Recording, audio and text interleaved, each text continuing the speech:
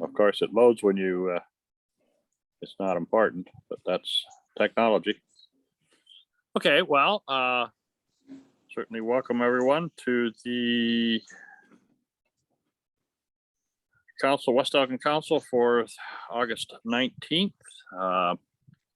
We do have a public rezoning meeting is first order of business this morning. So Madam Clerk, I'll you go. Sir, we need to adopt the agenda first. That's what I'm calling on you to lead us through. So I have a resolution that West Elgin Council hereby adopts the agenda as presented. Need a mover and seconder for that resolution? So moved. Cameron and Second. all in favor of that? And that is carried. I need to remind everyone for disclosure of pecuniary interest. And I see none. Okay, so now, sir, the resolution is that council proceed into a public meeting pursuant to section 34 of the Planning Act at 9:32 a.m.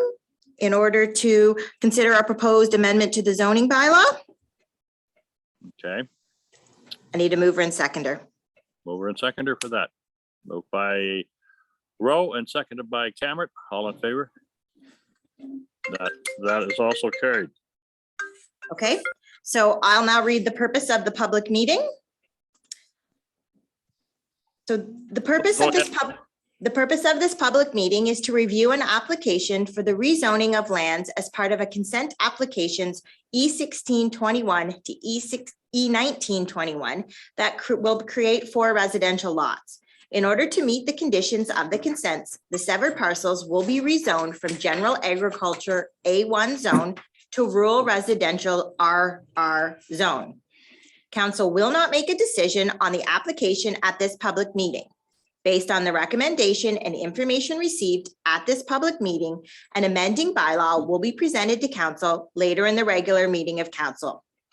The planner is keeping a public register, and if any member of the public wishes to be notified in writing of a decision on this application, they can provide their name and mailing address via email to planning@westelgin.net or by calling 519-785-0560, extension 226, no later than 4 p.m. on the day of this public meeting. A person or public body may appeal a decision if they have made an oral or written submission at today's meeting. If you wish to make an oral submission during this public meeting, please use the raise your hand function in the Zoom meeting, and the clerk will allow you to speak when the mayor calls for public comments. Okay. Do we have many people on the meeting today? Currently, we have 18. I'm not sure if they're all for this or other areas, but I know there are a couple that wish to speak, sir. Okay, Do that's good. you want to send it over to? You have the ability to deal with that at the appropriate time. Correct. We've done a few tests. So would you like to let Brian have the floor now, Okay, sir? you have the floor now, and if you will lead us through the technical part of this rezoning. Correct. Thank you, Mayor McPhail, members of council. My name is Brian Pierce. I'm the planner for West Elgin. So what I'll do is walk through the staff report that I generated for this meeting to lay out the principles of the proposed amendment. And then we'll proceed into comments received from there. So the purpose of the zoning bylaw amendment is to consider the rezoning of the 4 rural residential lots created through a severance process. And those file numbers were E1621, E17-2021, E18-2021, and E19-2021. That was recently conditionally approved by the County of Elgin's Land Division Committee. The 4 severed lots would need to be rezoned from the A1 zone into a RR zone. So that's the general agricultural is the A1 zone, and the RR zone is the rural residential zone. And what that does is it helps, it puts the zoning in place to create the zoning provisions for the 4 lots being created to the rural zone. So the applicant is Peter Perzanovic and Perzanovic Farms, Inc., care of Michael Perzanovic. The key map is provided in the notice. So it shows the entire lands of the subject property, which is 37 hectares or 91 acres approximately in size of the total area. And again, the rezoning would be on the portion of the lands for the 4 rural residential lots being proposed on Furnival. So existing uses of the land is currently agricultural land use. The proposed 4 lots would be created within the rural residential designation area of the property. So there'll be some residential proposals should this be approved. And there's no buildings or structures on the said lands today. Surrounding land uses as agricultural and rural residential uses to the north, as well as to the west as well, with the adjoining properties. To the east, you got Furnival Road and existing single detached residential dwellings on the opposite side of Furnival Road. To the south, we have Center Street at the far extent of the proposal within the village of Rodney. Brian, would So you like me to show, oh, sorry, Brian, would you like me to show the map on the screen? I think everybody has the map from the notice. Maybe we can get into, you can show it as well. That's fine. Yeah. So on the screen, the clerk has shown the 4 proposed lots off Furnival Road for everyone to get orientation to. Out of all the subject property, we're only talking about this portion to be rezoned from the A1 until the RR zone. So that's the purpose of this application. In regards to provincial matters or of planning matters, I guess we look at the Planning Act that tells us to be consistent with the provincial policy statement that's been issued. So the recent PPS has this portion of the property within the rural lands because of the rural residential designation on those lands. The agricultural lands of Perzanovics is still within the agricultural area. And at the far south end, there's a little bit of lands, approximately 10 acres, if I'm not mistaken, that are within the settlement area of Rodney. So essentially, it's this property in whole is part of the village of Rodney, mostly within the agricultural area. And there's a strip of rural residential designation along the Furnival Road. So that'll be expressed if in figure 2 of the report that we can pull up momentarily on the official plan for added context. So I summarized the provincial policy statement to be consistent with it, as these lands are in the rural residential area. They're considered rural lands in accordance with the provincial policy statement, which permits rural residential development through lot creation processes on partial services. So what partial services means, the proposal would be through municipal water and private on-site septic systems. From the county official plan perspective, the lands are designated agricultural. New lot creations policies have to be followed with regards to county official plan. They have 13 criteria within that was evaluated at the time of severance, resulting in no issues of concern. Again, the new lot creation and agricultural area policies of the plan, there's a section in there that diverts to the local plan for conformity exercises. So within the local official plan, again, these lands are designated rural residential. So if the clerk brings up figure 2 of the staff report on the agenda, we can look at the official plan. So the property is designated agricultural, which is the white area of the map. Within the rural residential designation is the yellow area of the map. That's where these 4 lots are being proposed. Brian, I don't have it up yet. Just give me a second. Oh, okay. Sorry. I don't have a figure 2 that you're talking about. I'm Page sorry. 4 of the report.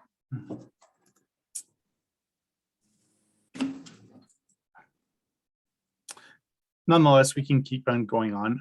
So essentially the lands are designated urban on the further southerly extent of the property, again, associated with the village of Rodney.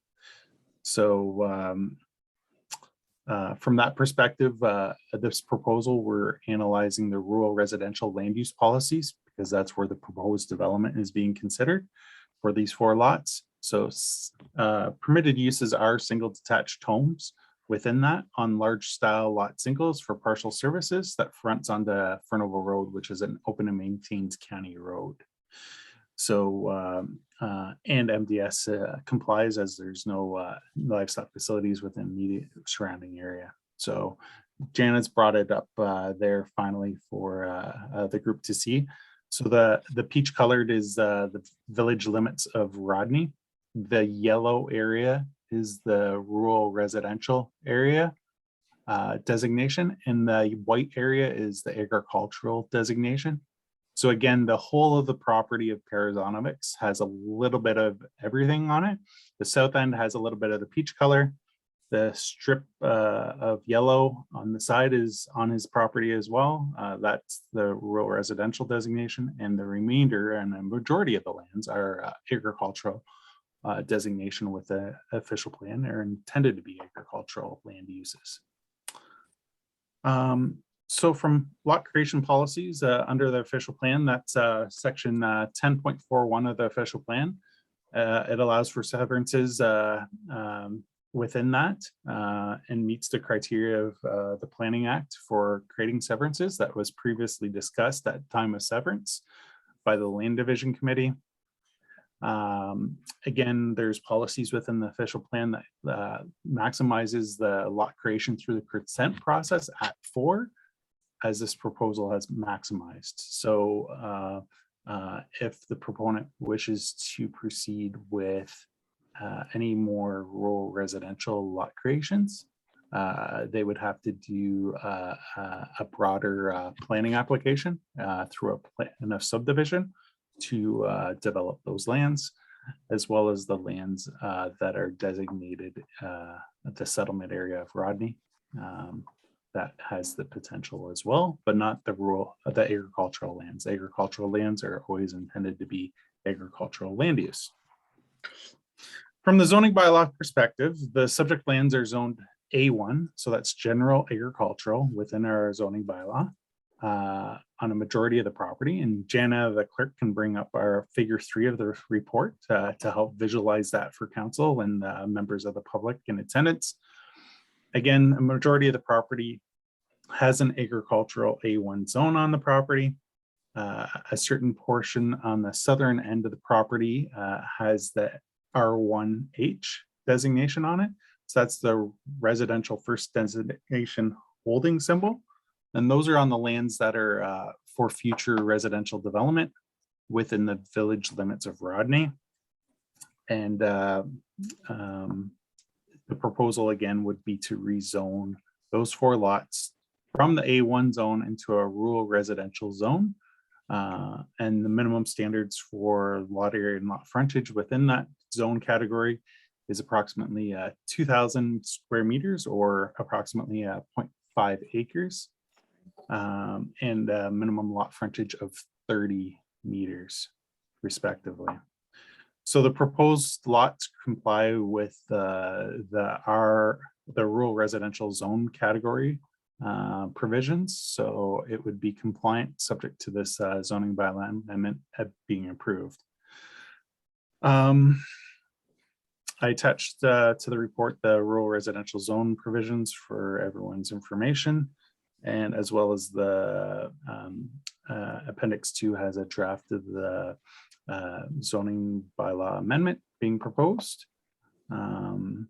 And again, the sketch was shown on the zoning bylaw amendment schedule that Jana had up first thing, showing those 4 lots so everybody can understand context, as well as it was contained in the notice of public meeting. So from a circulation perspective, the application was circulated to municipal departments, commenting agencies, as well as neighboring property owners within 120 meters or 400 feet of the subject property. And that occurred on July 22nd, 2021. 28 days prior to this public meeting. From a municipal department's perspective, we circulated the development application review team, and no comments were received. From agencies, we did receive comments from Lower Thames Valley Conservation Authority. Their comments in their July 28th letter stated that the 4 lots being created, they're not subject to the Conservation Authority's regulations. And the lands are not subject to flooding of a general nature, and as such, structures are not required to be flood proofed. However, flood proofing of structures for the purposes of prevention of flood damage from local overland drainage waters is always recommended. So that's the gist of their comments. No other agency comments have been received up until this public meeting. Public comments. At the time of writing a report, one formal comment was received from the public on the zoning bylaw amendment, noting that they opposed the proposal with no additional justification provided when requested. There was other members of the public that contacted the planning office wishing to participate in this public meeting. However, there was no additional written comments received at the time of writing it. So again, through phone conversation, this clarity was provided that the rural residential development opportunities, that the property does has future residential development opportunities on the portion of the lands associated with the Rodney settlement area, and also on the rural residential lands that I mentioned along Furnival Road. But again, there would be future planning processes, approval processes required for that, which would trigger future public engagement opportunities, public circulation to the neighborhood to meet those statutory requirements of the Planning Act, to participate in the legislated circulation processes in order to help shape the decision that would be available for the planning approval authorities. Again, the zoning bylaw amendment proposal is for the 4 lots being created on Furnival. That was a condition of consent that was already discussed and approved by the Land Division Committee. So therefore, it's planning staff's opinion that the proposed zoning bylaw amendment is consistent with the PPS, conforms to the county official plan, and also conforms to the West Elgin official plan, and recommends that the request for zoning bylaw amendment be approved, subject to no concerns being raised through any oral and written submissions being received since time of writing this report, obviously, and at this public meeting today. Once council decision is made, there's a notice that will be sent out to those who have requested a copy or attended the public meeting or have provided written comments. There's a 20-day appeal period set out in the notice. Any appeals would be received by West Elgin and then forwarded onto the Ontario Land Tribunal in accordance with the Planning Act. So that's the gist of my report. Maybe if I want to toss it over to the clerk and the mayor. I do know I do have a few additional comments that has been received since public meeting, but maybe it'd be appropriate to get into that next. Okay, thank you very much, Brian, for your report. Janet, do we have any individuals that have electronically put their hand up? They have not, but I do have a message from Mr. Cheeseman that would like to speak. So I will allow him to speak first. And then I do believe, I just had a couple more. So we'll start with Mr. Cheeseman. Hold on one moment. Yeah, and maybe for the benefit of the group, it might be beneficial to read through the written comments received first. Yeah. Okay, so Mr. Cheeseman, please go ahead. Please state your name and then your comment. Hi, good morning. My name is Ryan Cheeseman. I'm a resident in the town of Rodney, and I am opposed to this rezoning, and I will outline why. And I mean, with respect to some of my questions, are we able to, who's going to be responding to my questions as I'm reading through them? Duncan? Certainly, if it's a planning issue, probably Brian will be responding to it. If it's a legislative, probably the clerk. So you go through your questions and we'll get the best person on answering it for you. Beautiful. So first and foremost, why was this severance of the 4 lots handled by Elgin County Land Division of St. Thomas and not the municipality of West Elgin? That's a legislative question, sir. And that is actually under the Municipal Act, that is an upper tier responsibility, not a lower tier. It's the way the province delineates jobs and responsibilities. Duly noted.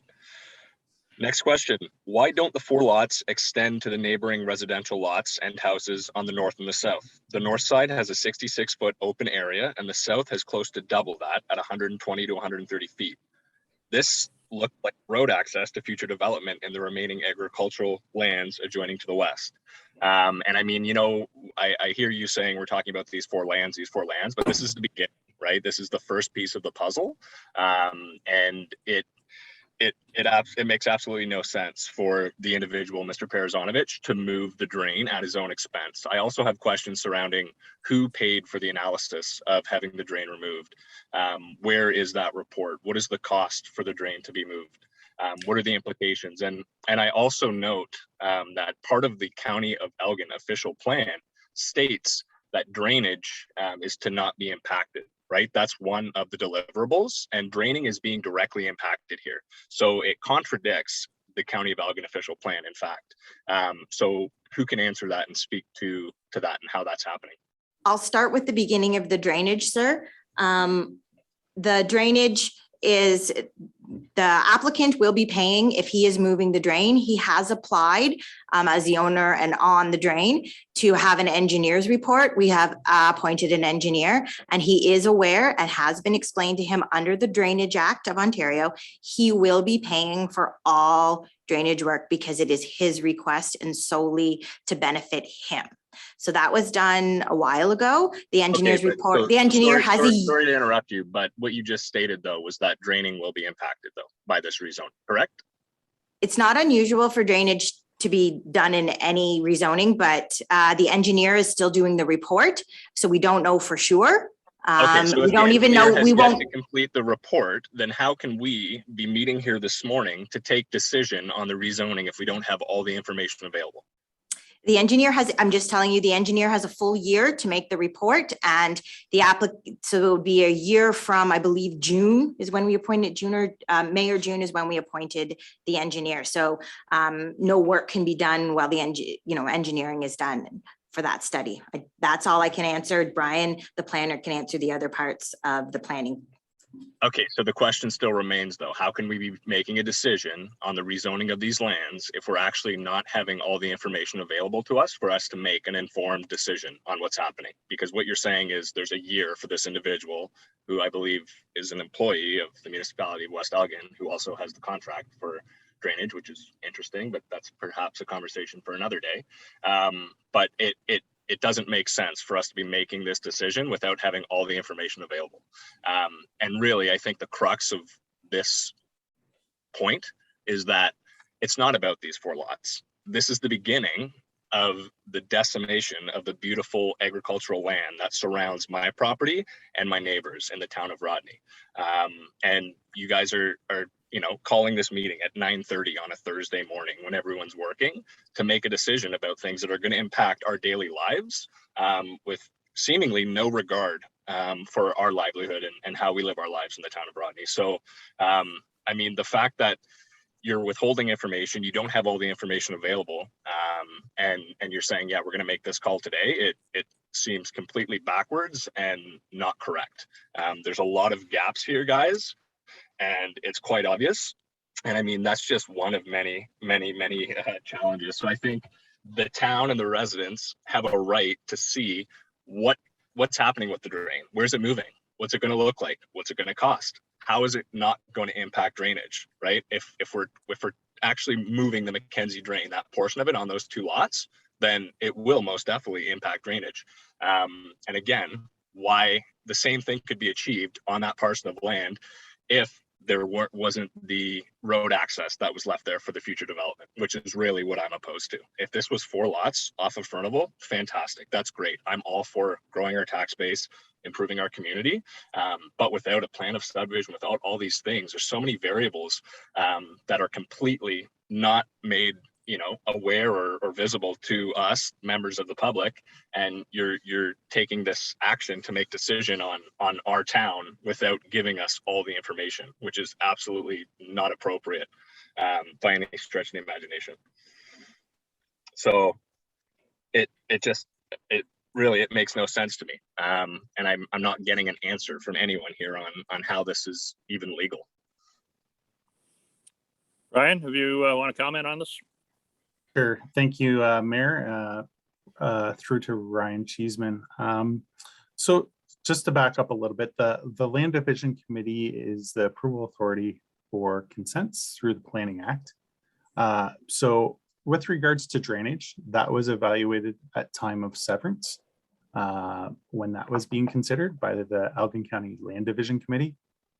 As a condition of severance approval, there is a requirement the south branch of the Mackenzie Drain be improved pursuant to the Drainage Act through realignment to promote the orderly development of the severed parcel at the applicant's sole cost and expense to the satisfaction and appearance of the municipality.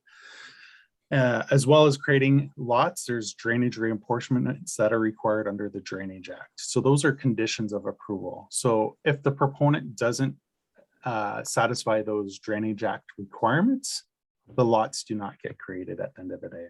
So that's the hook, I guess, to have the drainage works improved. And from being on a county road situation, there's also a condition in there for the county that the direct connection and legal outlet of the separate parcel is required, so that there's no discharge of water coming onto the county road allowance as well. So thought processes to lot grading and drainage has been given through conditions of consent that the applicant must satisfy, amongst other conditions, as part of that process. So with regards to proposed lots to be severed on the Fernville Road that was mentioned as well, 4 lots being created that were proposed to be created through consent was chosen by the applicants. It is noted that these lots are of approximate size of 60 meters deep with a width about 34 meters wide. That creates these half-acre lots.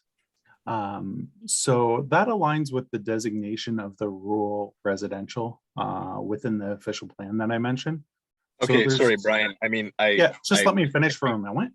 And just beyond those lands are designated agricultural. So lot creation is not permitted within the agricultural area, save and except for farm splits, but you need 40 hectares or 100-acre minimums, and for surplus farm dwelling severances, both of which the proponent doesn't have. So is there any other questions that I missed there, Ryan, that you'd like addressed? Well, actually, yeah, I still have much more to say. Okay. So question then, and again, thanks for your feedback there. Why didn't the owner and the Land Division Committee of Elgin ask for separation of the 4 lots into 2 to the north and 2 to the south, adjoining existing residential properties, and leave 1 opening in the middle so that the drain is not impacted? Because the drain really doesn't need any improvement. The drain's fine. And again, part of the County of Elgin official plan states that in order for rezoning to be permissible, that drainage is to not be affected. But again, I'm really struggling to understand how drainage is not being affected here when we're physically moving a drain, which doesn't need to be done. So how can you answer that question? Thank you. Yeah, so through you, Mira, to Ryan Cheeseman's question again, the rural residential designation extends all the way along Fernville Road for the entire frontage of that property. So at some point, if and when development proceeds, the drain would have to be relocated to accommodate a future residential development. These 4 lots being proposed is right where the drain is currently. So relocation is required, which is a Drainage Act process. I know through discovery process with the consent application, it was determined that there is a closed municipal drain or enclosed municipal drain through that property.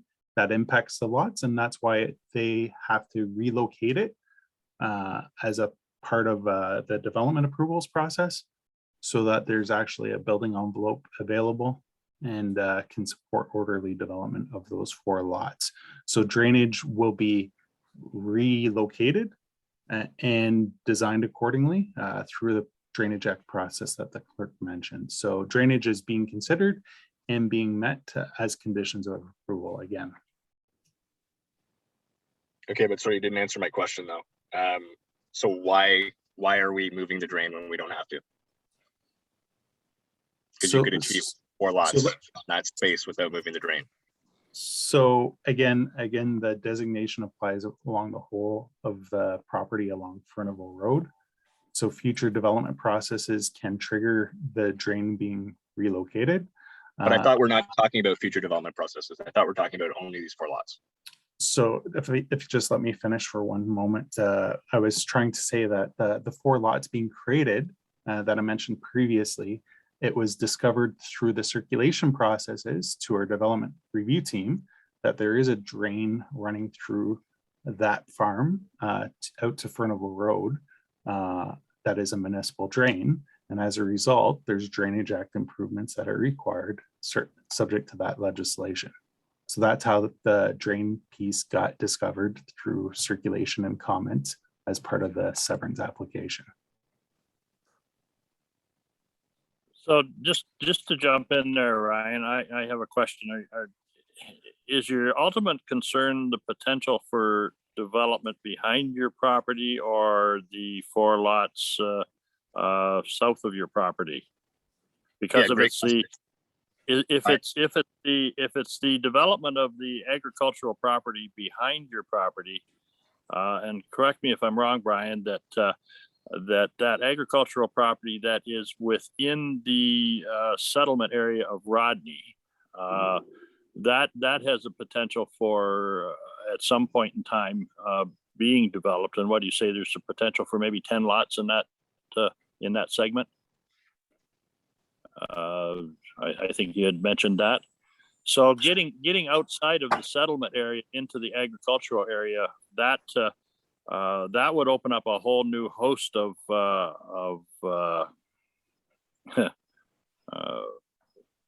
I think it would be the province is very shies away from taking good agricultural land out of production, and that would be a fairly large challenge to be able to get that put into a development where houses would be built behind your property. I know that the Federation of Agriculture would be opposed to it. The municipality would have to demonstrate the need to take land out of production. So it's a big deal for anything to happen right behind you, Ryan. I can understand your concern in the fact that the lot just south of you certainly does look like a potential road allowance into that property. I don't know whether that was by design or whether that's just the way that the lots shaped up when they put in the application. So what are your thoughts, Brian? Do you feel that the potential for a large subdivision in behind there is certainly premature, and when and if it would ever happen, I can't, my crystal ball isn't that bright, but I can understand Ryan's concern, and I know there are other people that do have concerns regarding that potential of that agricultural land being taken out of ag and put into residential. So what are your thoughts on that, Brian? Is there no guarantees, but that is something that is very, very far down the road. Thank you, Mayor. Great question and commentary there. The agricultural lands are indeed outside of the settlement area. So the municipality would need to expand the settlement area for lands to develop, whether it be these subject properties or other adjoining lands surrounding the settlement area of Rodney. But first, there has to be demonstration that the existing land supply within Rodney is maximized out before expansion can be considered. So we can't just outwardly expand the settlement area of Rodney until the inside sort of gets to the full point, to keep it simple. And And along that's with, through, To and answer your that's, question. and here that's about through Mike detailed McIntyre. land supply analysis. That would be calculated through a comprehensive review process. Duncan, to answer your question, my concern is that this has been going on and the information that we're receiving is inconsistent and incomplete. There's a lot more to this story than just these 4 lots. And I know that's what Brian Pierce is, he keeps singing the same song. It's just for the 4 lots. And it's absolutely not. Mike Perzanovic himself had said he's going to put in over 200 homes back there. And I can tell you right now, the town of Rodney will not be happy about that. It's not something that is feasible. And there's a lot of other kind of environmentally significant considerations that the town of Rodney needs to take into consideration when you're talking about the land that I live on and the land that borders my property. So I think at this juncture, I'll leave my comments where they stand. Really looking forward to see what comes from the engineering report on this drain and getting more information on that. And I'm also keen to hear any other feedback that my neighbors and friends have to say about what's going on here. Thank you for your time. well, thank you, Brian. And certainly, I agree with you. There's a lot of environmental concerns as a proposal of that size.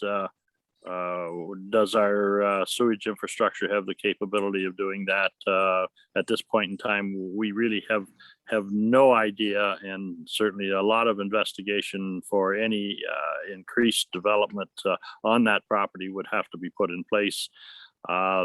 Certainly, this is why we hold these public meetings, to allow residents like yourself to bring forward concerns that you have, maybe some that planning staff or council have not considered.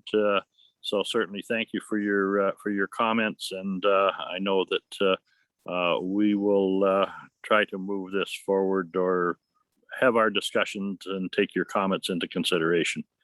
Yeah, and I also asked to be made aware of the decision, so definitely looking forward to see what comes through my email later, and curious to know about the appeals process as well, if needed. So thank you very much. Okay. Who's next up, Jana? You have someone wanting to speak? Yes, Janet Pinder. I'm just Okay. allowing her to talk. Janet, you'll just need to remove your mute and you're on for speaking. Hello, do you see me? I'm not Janet. I'm Brian Pinder.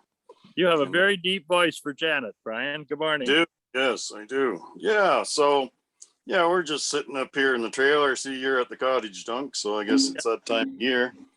So yeah, I've written in all my comments to Mr. Pierce, and I'm sure he's well aware of it. I thought he'd be reading them all off, but anyway, maybe you guys all have it in front of you.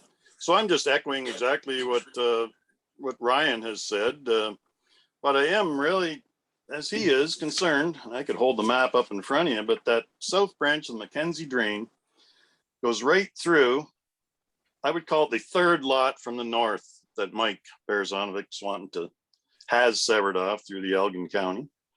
And if he, why is Mike, we all know Mike, he's all about the money. He rubs his hands together, and anybody that lives in the area knows Mike.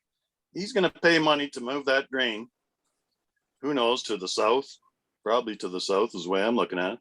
But if there wasn't future plans for road access to the remaining agriculture land in behind, which adjoins ours to the west, he could still have 4 lots. They might be a little bit bigger, a little wider, which is what people move from the city to be on, a little bit of open space with a nice cornfield or bean field in the backyard. So take your 2 lots, move them next to where Rodney Cycle Machine, Champagnes, and local people know where that is. And then leave that good old south branch of the Mackenzie Drain alone. Goes right through, and move the other 2 lots next to where Bill and Bonnie Roos live. And it's a fella that's moved there just recently, and he was totally unaware. He thought there was a Tesla charging station going in these four lots. So that's what should have been done. And yes, I dropped the ball on the going to the Elgin County meeting down there. Because when I called the municipal office back when I was heading into work, the yellow signs came up and I was told by Mr. Pierce that I wouldn't be getting a notice of severance. I believe that was a Monday. He says, because I wasn't close enough within 200 feet or whatever the magic number was. And magically by Friday, I had 4 of them in my mailbox. But I had like maybe 10 days to react. And yes, my first thoughts were, yeah, that's going to look all right for buildings or houses coming into Rodney. Same as what we see going into West Lorne, and all good. But then I got investigating a little deeper into this and actually went out and pasted off. Yeah, 66 feet. Everybody knows that's a road allowance between Champagnat and the North Lot. And then about twice that, which Mr. Cheeseman has said, between Bill and Bonnie Roos' old place and the other lot. And then I contacted, who was it? Nancy down at planning. She says, well, that's access for the farmer to the field. Well, like I say, we all know Mike, and he's got the latest and greatest in green machinery. And I don't think his planter will even fit through 66 feet. And in the 25 plus years I've lived on the farm on Downey Line, the access to that farm is off of Downey Line. Always has been. And so, yeah, what is going on? Why are we paying? And I watched the April 22nd meeting of council on YouTube. And we all threw our hands in the air to have John Spreet and Associates, I guess, do a report on the moving of the South Branch of Mackenzie Drain. And that was April 22nd. But I was informed that nobody knew anything about all this because it's all being handled at Elgin County level. So obviously, I think we knew about it if we asked an engineer to go in and do a report on moving of that South Branch of the Mackenzie Drain at Mr. Parazonovic's expense. So yeah, I'm strongly opposed, and I don't know, somebody said on there was no opposition to this. So yeah, I'm opposed to the way these lots were severed. It should have been 2 to the north, 2 to the south, leave the South Branch of the Mackenzie Drain alone, which is working fine. Because like Mr. Cheeseman says, it's for future development of that agricultural land. And Mr. Parazonovic came to our place. yeah, and Mr. Parazonovic's been at my place a few times and measuring and this and that and finding survey stakes. And, you know, Mike's quite transparent. He does tell what's going on and what he has planned. So my problem is, yeah, doing that and messing with that Mackenzie Drain. It goes into the main Mackenzie Drain, which was rebuilt. I think Dunk mentioned that during that meeting back, 10, 12 years ago when Donnie Ford and Ron owned it. I was assessed on it to the tune of, I don't know, 15 grand or whatever. I think Ron paid over 100. Ron Downey paid 15, 20,000 because we all drain into it. So if you look at the map, I don't know if you guys have that map that I have sitting in front of me here, but there's 4 drains that intersect in that field in behind those 4 proposed lots. It's the Mackenzie Drain proper, the main one, the South Branch of Mackenzie Drain, the Lesty Drain, which goes across through the back of Champagnats and drains. It was Betty Purcell's farm, now Peter Fleurin owns it, and the Head Drain, which cuts across, starts on Downey Line, goes right through my backyard and across and ties in to the Mackenzie Drain. So future development of that is just would be insane for to put. What's going to happen to all this drainage? Are we going to put drainage through people's backyards? Right now, as I'm sure our drainage department knows, there's a blowout on the Head Drain, which happened during that big 10 inches of rain. And I lost probably 3 acres of corn. And Mike's lost a bunch as well. But it's on Mike's property that the Head Drain has had a blowout. And we've gone in and opened it up to an open ditch at this time to let things flow. So yeah. So there's a lot of issues that are concerning me on these 4 lots. And I know you can say over and over, it's just the 4 lots on Fernald Road, which I am in agreement to. And I say, yeah, that'll look good. 4 nice houses. Excellent. And maybe the other 9 lots, as Mike calls them, between where Ted Slats used to live and Bill and Bonnie Roos at one time, maybe they could be developed or severed off as well. But really, the way it's set out now and what the Elgin County planning department has done is you're just really creating 66 feet of wasted land between Champagnes and that north lot. You know, he's not going to back in there with a planter that's 80 feet wide into a 66-foot. Well, we farm a bit. And the other end, so he's going to go straight across the back. So what are we going to have? We're going to have 2 green patches of weeds or whatever there.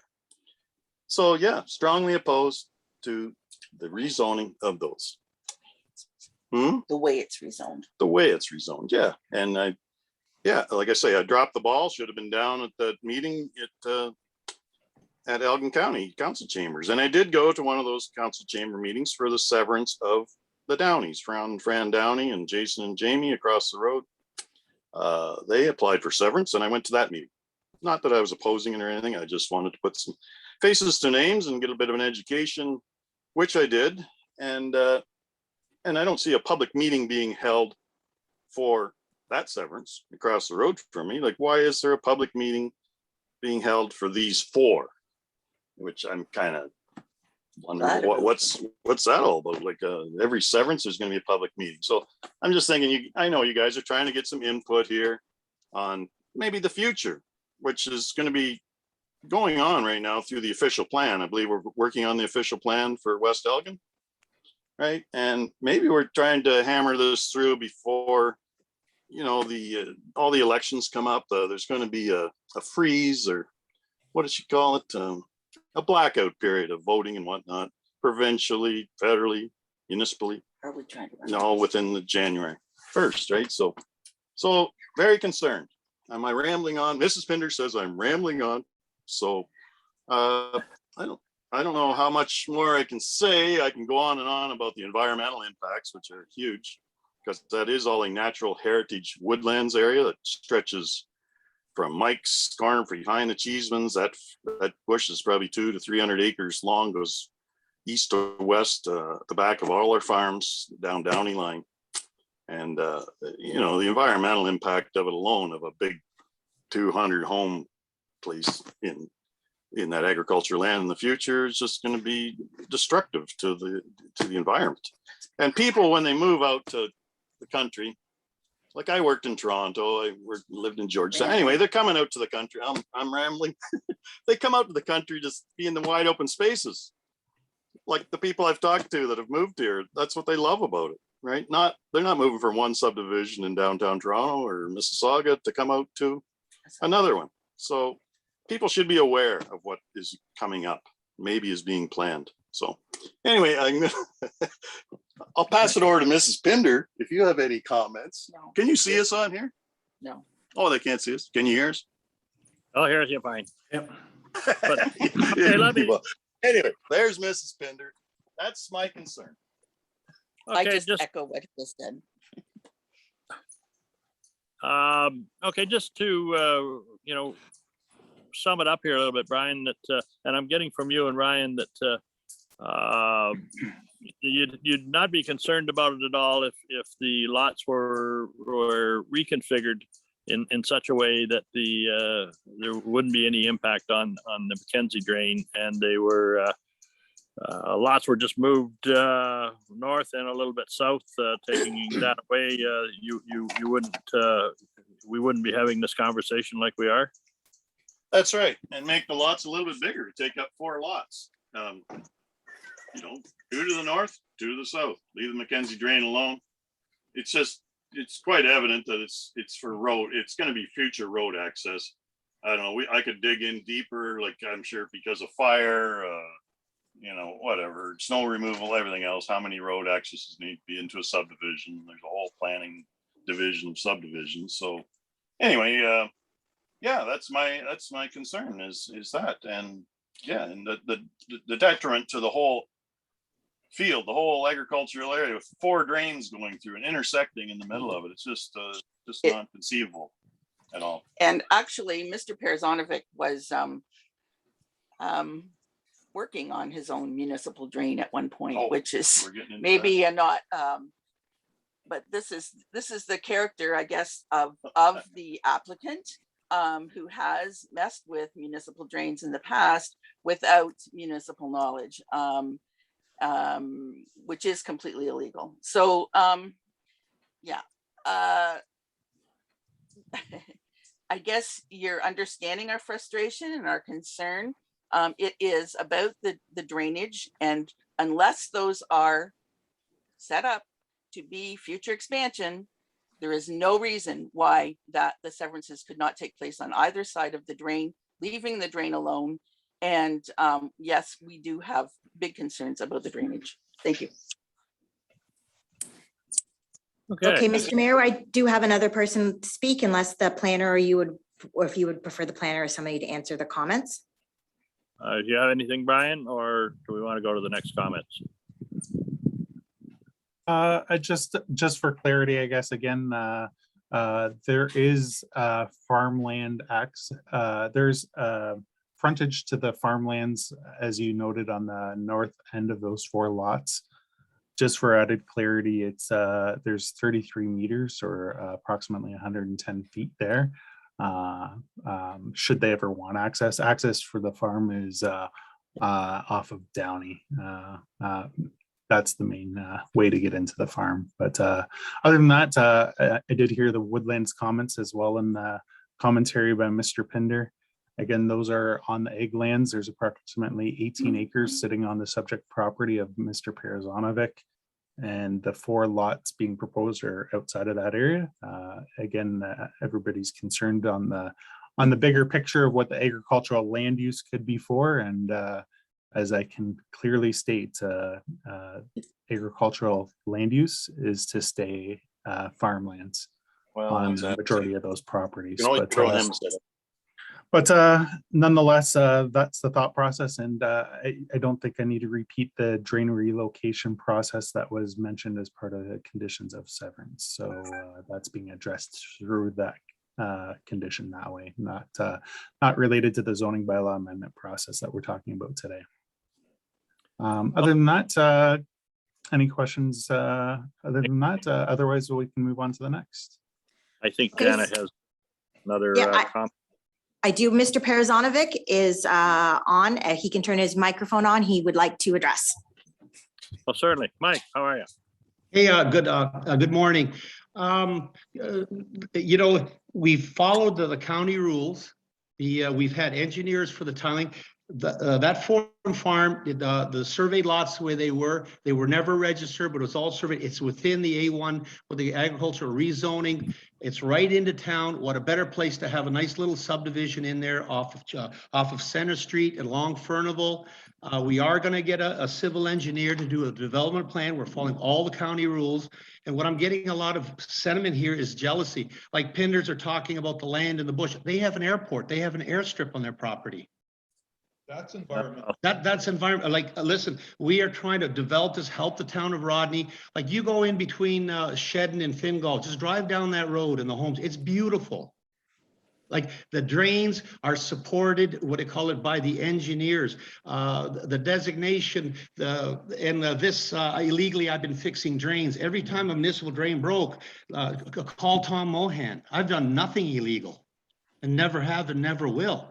Like, this project, I think, is for the benefit of the county. And why those 4 lots are together, because the front of Furnival there, we, like the civil engineer, put an application in with the county, you know, to develop it. Hey, to bring life to our area. Go to Dutton, go to Shedden, West Lorne. They're building like the beautiful home. The community, it's a wonderful job what they've done with the streets in Rodney and all that to bring life to it. And people, yes, they want to come here and enjoy what we have. And they're taxpayers. They're building a base here for this.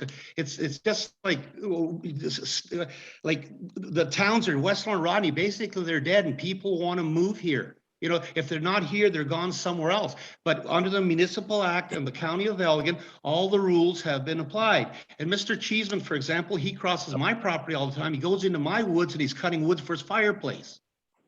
And everything that he said is not true. Is not true. We followed all the county rules. Hey, that moving of that drain is done under engineer's report. And actually, those drains are mine. Those drains are mine, and I'm paying for it with an engineer's report or approval to how it's to be done. Well- Excuse me, just, hi, my name is Peter Perzonic. I'm definitely involved in this. First of all, that roadway allowance this gentleman is talking about, that has to be there. This is what the Elgin Land Division Committee wanted for the rest of this, the 4 lots to go through. There's no arguing on that point. It has to be that way. And personally, I take a resentment in terms of the environmental issue. I want that bush to stay there. It's, you know, I'd like to see that thing stay there. There is no plan, no talk has ever been about getting into that forest and doing anything with it. That we would like to stay. You know, we're not here to just get the bulldozers in and just start going, you know, hell bent for leather kind of thing. We're concerned too about, you know, how that development, if it is ever going to proceed, that's the big word, if. But certainly in terms of leaving the bush there, that is a big thing, certainly on my agenda. I don't want to destroy it. You know, so where the environmental problems are coming in, I don't know. I don't understand. It's just that not in my backyard. That's all that I see. Okay, well, we're kind of straying off. Yeah, we are, but still, that has to be brought up. Exactly, and certainly appreciate your comments. I think the question at hand right now is the fact that we do have 4 lots that are up for a rezoning.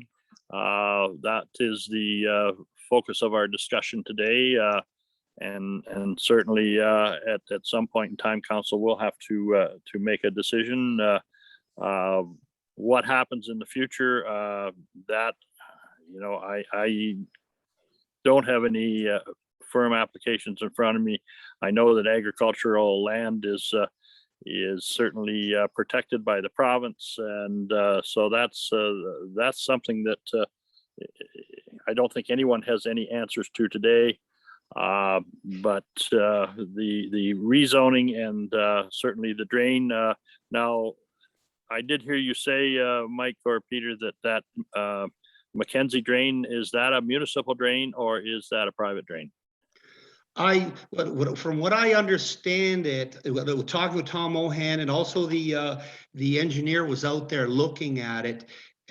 I think, I don't know if it's a municipal or not, because at first they thought it was a drain that went under the Furnival Road and it was in front of, you know, the Napa Rick McFadden's, but it's not. It's just a drain. There's no catch basin or anything on the road there. You know what I mean? But the situation is like those homes too, we want to keep everything together, not a house over here, a house over there. You know what I mean? It's built like, you know, it's a development, you know what I mean? And to come into the city, and yes, we are going to make out, because there is 13 lots on Furnival there, which is zoned in there, like this, what we're doing here. You know, like as you drive into Rodney, just like in Shed, like beautiful homes as you're going into town, like, and that land is right in behind the beer store. It's in the heart of Rodney. Where else are you going to build? The report, Well, I shouldn't say the report, but the verbal from the engineer was that any changes to that drain would be on us. Yes, would be. And the drain has to be large enough to accommodate those 4 homes. Right now, it's a closed drain and it goes across that field. It doesn't drain any of our land at all. It just from across the street, those houses that are there, they're the ones that get drained by this. Okay, so that leads me to believe that it is a municipal drain, and that's what I was trying to establish. That that's what its function is. All right, Jana, is there anyone else? At this time, sir, I don't believe so. I'm going to make another call though to see if anybody else wishes to raise their hand and speak.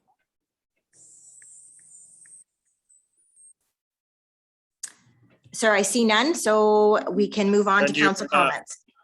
Can you, do we have written public comments that should be read? Yes, sorry, we do. The planner is going to read them. Great, thank you, Mayor and Clerk. Just for communication, comments were received from members of the public. Lyle Smith provided comments of 12505 Furnival Road opposing the zoning bylaw amendment. We did also receive comments from Sue Erslag on August 18th opposing the zoning bylaw amendment, leaving things as is and on the other side of the Rodney sign is zoned for houses. Houses should be built there. That was the comments received, as well as Brian and Janet Pinder provided comments on August 17th to the planning office as well. That were also provided for communication. But we did hear from Brian and Janet today, but we do also have those written comments as well, so as part of the written record.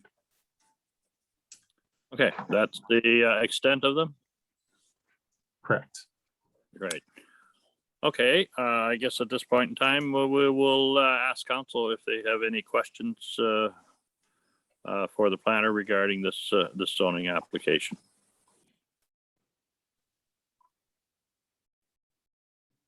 Bonnie? I guess I have one question for the planner. Just in your view, having consulted with the development application review team members, would you consider this rezoning to have any impact, either positive or negative, on any future development in this area? So would it be something that would create a problem or work toward helping?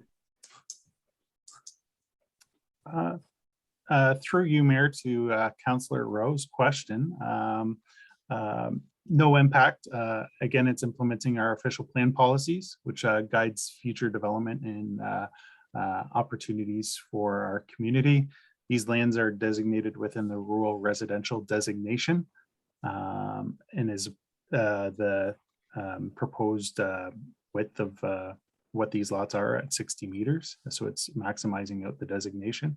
The lands behind are always to be agricultural within our official plan, as mentioned previously. So direct access would be provided to the county road onto Furnival Road for these lots.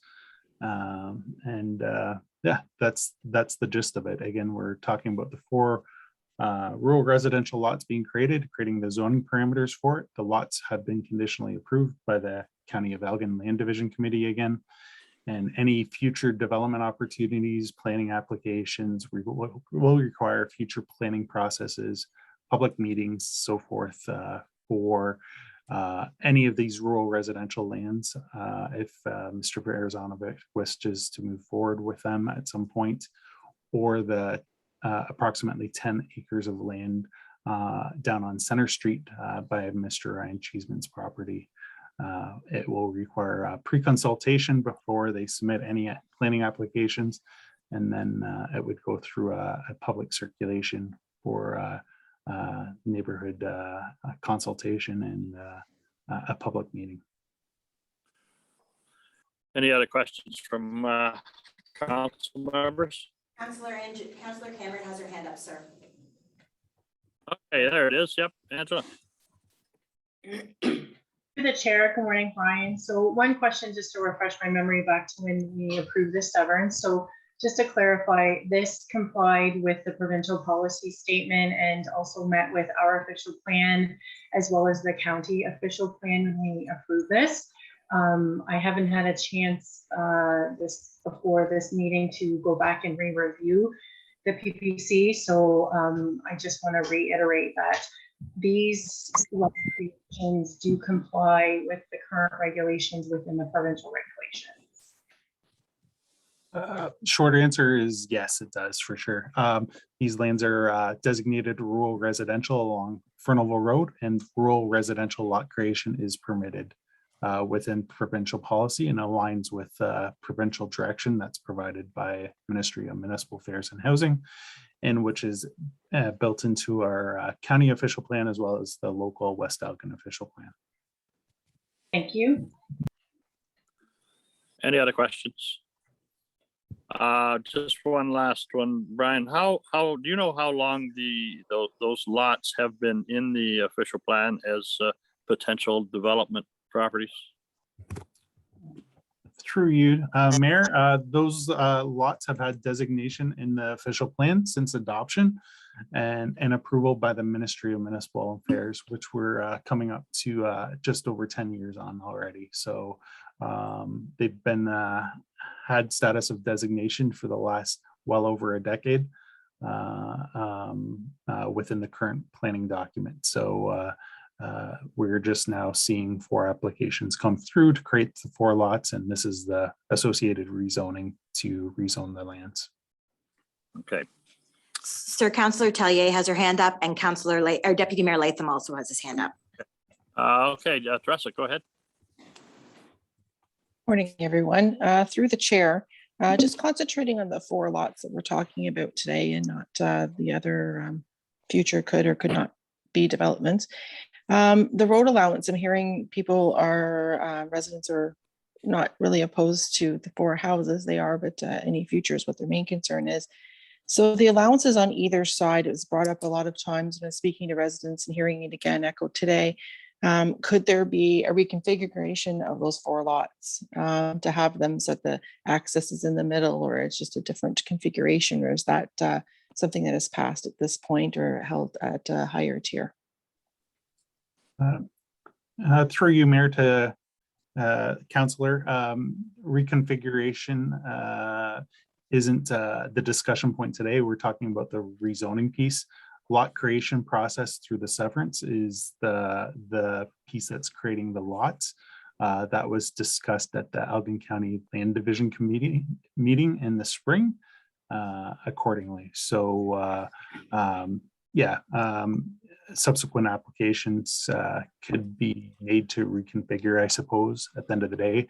And on the road allowance piece, I guess I don't see any merits to a road allowance in my preliminary review, because the rural residential designation only goes 60 meters off of Furnival Road, the depth of these lots.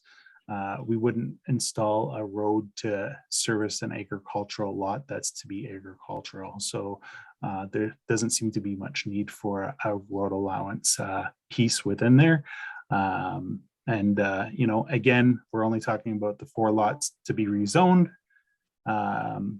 Future pre-consultation processes would be required with the county and West Elgin together, administration, to discuss development proposals on other portions of these lands should and when they come forward.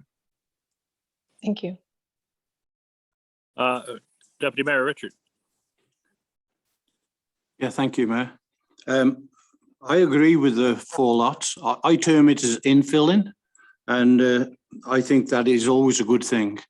The other thing is what has been talked about, which really doesn't concern this meeting, is the subdivision. So that hasn't even come before us yet, so we can't even deal with such a thing. So I think the infilling is a good thing, and I think Rodney needs more houses. Thank you. Just one other question, Brian, going back to that so-called 66 feet potential road allowance. Is 66 feet enough width for a road allowance, taking into consideration setbacks? A typical road allowance is 20 meters or 66 feet.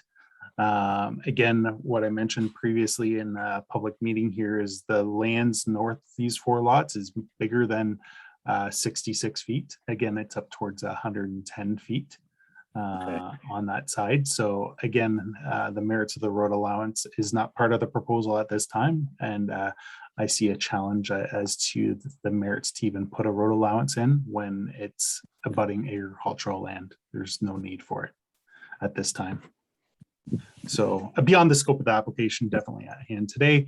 And as I said previously, that pre-consultations required with proponents before they proceed forward with any other proposals on the land. And there would be public engagement opportunities for members of the public to participate at that time. Okay. I guess we've had a pretty good roundtable discussion on this whole issue this morning. Where do we go from here, Madam Clerk? So there's a recommendation on the the table that West Elgin Council approved the rezoning of part of Lot 6, Concession 7, Parts 9 to 12, Registered Plan 11R 5944 from General Agricultural A1 to Rural Residential RR Zone in accordance with the draft bylaw contained within Appendix 2 of the report, which is numbered Planning Report 2021-2023, or sorry, 23, and that further, West Elgin Council consider a bylaw to amend the zoning bylaw as presented in the bylaw portion of the August 19, 2021 council agenda. Okay. Is there a mover and seconder for that recommendation?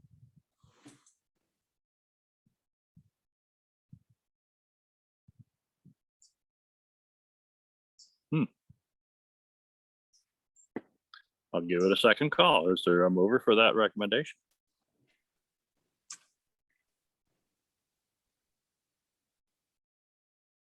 Also Third. move. Okay. It's moved by Rowe. Is there a seconder? And it's seconded by Leatham. Is there any final discussion before I call the vote?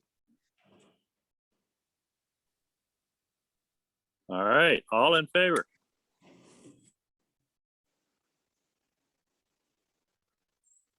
That motion has carried. So you're voting in favor, I'm assuming then? Yes. Okay. Now the next- Okay. We're on the point of closing the public meeting, so the next resolution is that West Elgin Council hereby closes the public meeting pursuant to Section 4 of the Planning Act at 10:42 a.m. in order to reconvene in the regular meeting of council. Okay, mover and second for closing the public meeting. Moved by Cameron, seconded by Leatham. All in favor? That is carried. So next up would be our delegation, sir, unless you want to take a break. I think maybe we just take a break. Okay, so council will be in recess for how long, sir? Oh, I think make it very quick. We don't want to hold the delegation up any longer and the public that are waiting for the delegation. So we'll reconvene at 11 a.m. All right.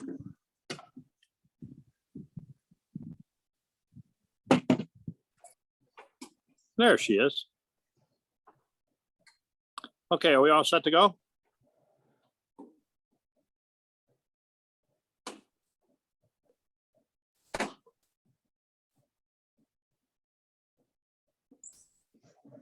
We all set to go, Madam Clerk? Yes, sir. Our next item is the delegation from Kelsey McConnell, the Dutton Dunwich West Elgin Community or Housing Stability Coalition. Okay. Good morning, Kelsey. I believe you're the spokesman and chairman of the group, and welcome to West Elgin Council. Just off the heels of making your delegation to Dutton Dunwich last night, this is the first opportunity that West Elgin Council has had to sit down with your group. So with that, we will turn the presentation over to you. Right on. Thanks for having me. I'm Kelsey McConnell. I'm the chair of the short-term task team for the Dunwich West Elgin Homeless Stability Coalition, or sorry, Housing Stability Coalition. So this is going to be real quick and it's going to be full of information, so hope everybody's ready. So the project itself is hopefully going to be a 12 by 40 office trailer holding 4 to 6 beds. It's hopefully going to go on the north side of Monroe Street by Heritage Homes. The reason for the location was its proximity to the West Elgin Health Unit. The shelter will be on call only. That's it. And it will operate from 7 p.m. to 7 a.m. It will be supervised by trained embedded volunteers at all times so that they're not there by themselves. And the project will hopefully go from November 1st to April 1st. This will be a pilot project, meaning this trailer will be there temporarily to assess the need for if it's a viable option. One of the big things that I have been hearing about mostly is when it comes to drugs and all that, there will be no drugs in the shelter. They will be taken away at the door and dealt with there. Snacks and water will be available at all times. again, volunteers are on site at all times. So for the clientele that we are looking to deal with, this is for community members. That's it. We obviously won't turn down anyone from out of area, but we will certainly try to resonate with them that, you know, I'm trying to say this nicely, go back to, you know, the area that which you're from, because there's not much here for you. The reason that we are running this is for people in the area that need our assistance. And if people from elsewhere start taking that space, we can't help the community members that we are looking to help, plain and simple. Some stories of the people that we are looking to help or that need help in our community. There is a very elderly man being financially taken advantage of by his family right now and can't find a place. There's a family of four being evicted from their home by their landlord to sell due to the high prices of housing. And one of the bigger stories is that there was a woman and her mentally handicapped son. She lived in the area for years and years, worked and all that, and she had to stop work to take care of her son and ended up losing her home and was rehomed in Seaforth.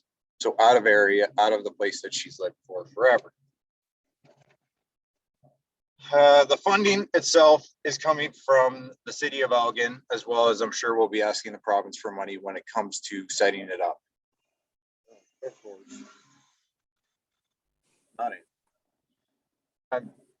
Also, when it comes to the senior population, I'm talking with Heritage Homes at all times to address any concerns that they have to make sure that they feel safe as well. Again, the reason for the project is to determine the need. A long-term task team is looking into more long-term ways to help, but we want to prevent any community members from freezing to death over the winter. So any questions? Okay. Thank you very much, Chelsea. Questions from council? Certainly you must have come up with a few by now. Bonnie, go ahead. Yeah, several of my questions were answered. Thanks, Kelsey. I guess a couple would be, where would the bed users go in the daytime? What would your anticipated expectation be for anyone that would need to sleep there but can't stay there in the daytime? My anticipated is that, well, number one, showers and laundry are at the West Elgin, so they can use those, West Elgin Community Health Center, so they can use those. And also, if they say that they want help, they can meet with the Rural Systems Navigator and try to get into the system to see how we can help them, you know, move forward. Or if it's something like, you know, somebody had a fire at their place and needed a place to stay, they could go back to and assess what they need to do. Again, if it is someone who is truly homeless, that will be something that hopefully we can push them towards the West Elgin Community Health Center to assist them and see what we can do to help them. And the next question is there a length of time that would be limited in terms of the nights that they could use? Really, no. Like if they needed the place to stay, we'd help them. Truly, this is hopefully only for people that experience 1 or 2 nights of, you know, needing help. But if that situation does arise, then certainly the systems navigator can help move them towards, you know, say tiered income housing or an actual bigger shelter outside of the area. We don't want to do that because we do know that people want to stay in the area they're comfortable with. But if we do have to look at that, that is what our Rural Systems Navigator at West Elgin Community Health Center is for. Okay, and I have one other question, if I could, through the chair. Based on the report from a previous council meeting, it was estimated that about 30% of the clients that were requiring or were underhoused or unhoused last winter were from out of the area. Have you got any sense what that currently, what percentage that currently is? Fortunately, I don't, but again, we are looking to just help our community and not the rest of Ontario. But you wouldn't turn anyone away, correct?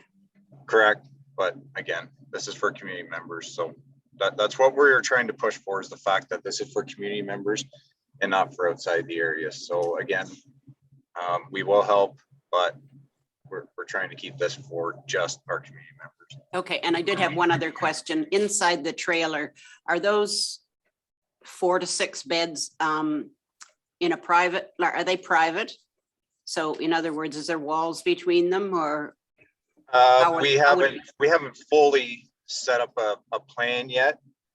Again, we're just here to try to educate everyone. Truly, we probably will separate everyone, especially if COVID, with all the COVID procedures and, you know, privacy and all that. We will certainly try to do the best we can to separate everyone. So. Okay, thank you. Angela, I think you were. Yep, I was gonna say, yeah, Councillor Cameron had her hand up. Go ahead, Angela. Good morning, Kelsey. Your group is, I admire what they're doing. They have bitten off a very large project. I'm aware that homelessness is a huge issue across Canada. And this is something that the province and the feds definitely regulate. I have a multitude of questions. I won't ask all of them today, but I'm going to ask some specific ones right now. I will let you know that I have been inundated with concerned residents from my ward, as West Lauren is my ward, because there hasn't been a public education process from your committee to let them know what is happening, and you haven't brought the stakeholders to the table. So I want to put that out there first. But in our meeting that we had back in December, your own board chair, David James, stated to us that the health center is not in the business of providing housing, they're in the business of health care. So I'd like to know what has changed from December 2020 to now, and what new services are being offered at the health center all of a sudden. Why now the health center is jumping into the housing pool? That's question number one, if you'd like to answer that, or would you want me to keep going? I'll answer that real quickly. This is a community-led coalition, and the West Elgin Health Unit is assisting us with putting this on. Rural Systems Navigator is a new position to the West Elgin Community Health Center, and it's one that we need. So this is, again, this is community-led with assistance from the West Elgin Health Unit.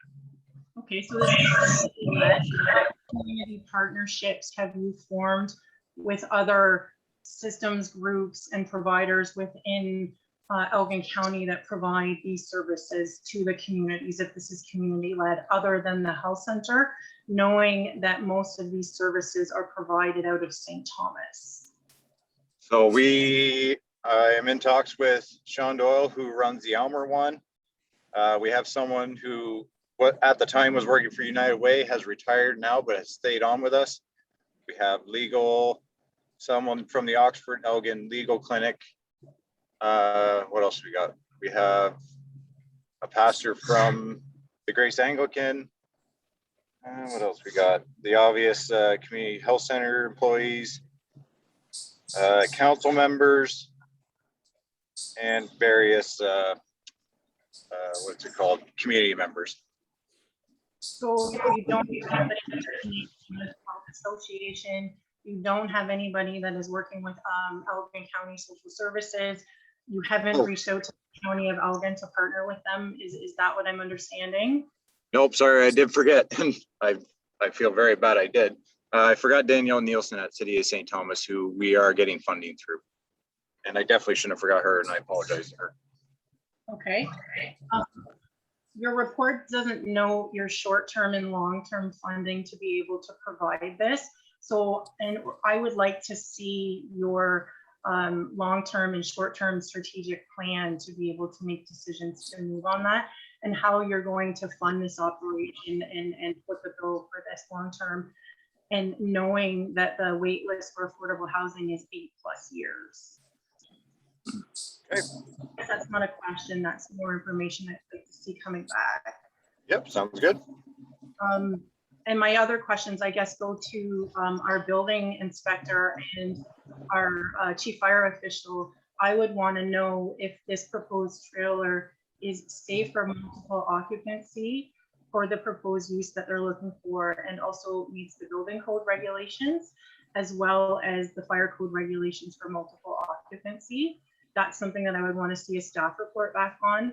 I would also want to see a staff report back whether this property can be rezoned for this proposed usage, whether it complies with the provincial policy statement, and because it is in a high risk area, whether it can be rezoned for this type of usage.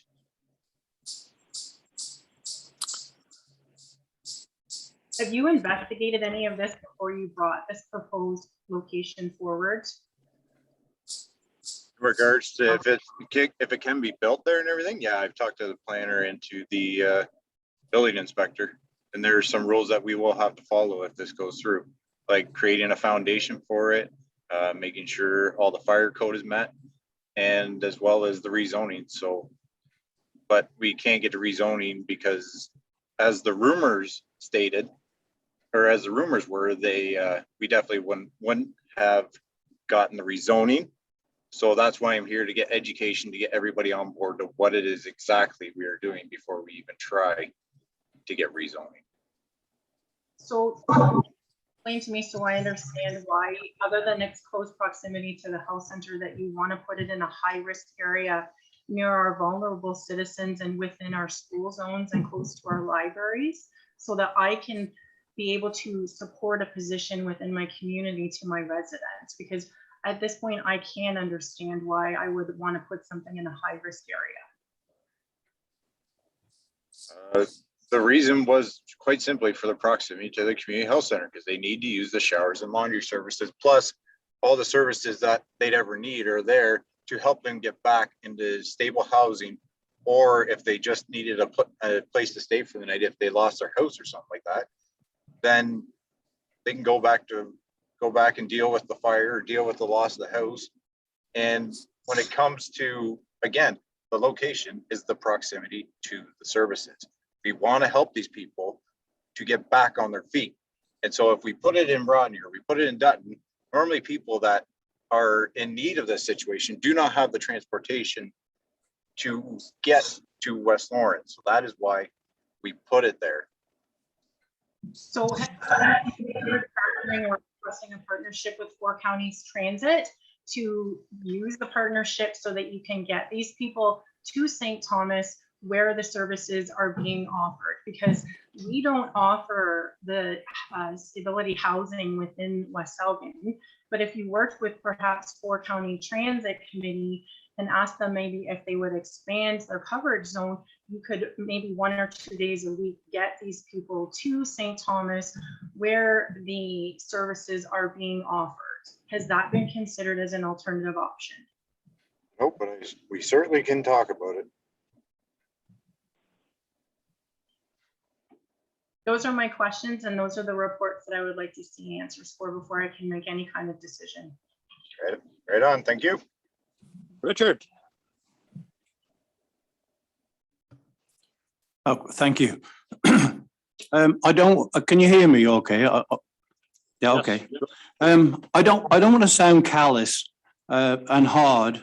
And in fact, over the last 4 years, I have helped 4 families out of problems that have had housing problems. And so I don't want to be put in the wrong context. But anyway, no one wants to see anyone homeless, but we should not be creating problems that we may not have. We are all vulnerable, and if we don't pay our bills and taxes, and if you don't pay your bills and taxes, then you're liable to go into a tax sale and be made homeless anyway.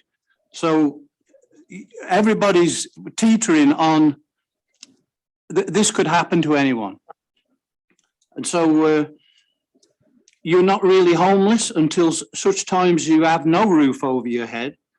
And anyway, that's the one thing I wanted to say. I would really like to say, how many people does West Elgin and how many does Dutton have homeless people that you term as homeless? I think Dutton should be responsible for their own instead of all coming to West Lawn. I know you've just stated the reason why, because of the health, but I'm sure there's something in Dutton that could be set up quite easily. And I believe that we should look after our own if we're unfortunate to have them. Also, the committee did say that people that were there in the winter could be housed maybe in the spring. Well, why wouldn't you house them in the winter if you can house them in the spring? And that, therefore, there wouldn't be any need for these extra places. The other thing is,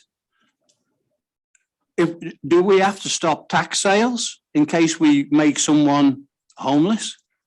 Unfortunately, we have tax sales on a regular basis. And do we carry on with tax sales? Because you know what happens with a tax sale. People have to come out of their properties. So when I do go to the hub, actually, and visit someone, which I do on a regular basis, I key in a number and the owner of that number opens the door for me to get in. Now, if you're going to have people have access to that property, therefore, them doors will have to be open. I don't think that's a really good idea, especially with the people that are aged in that hub.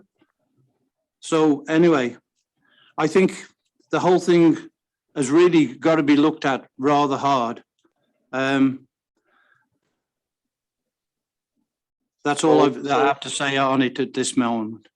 So quick question from what you just said. Do you think that we are letting people into heritage homes?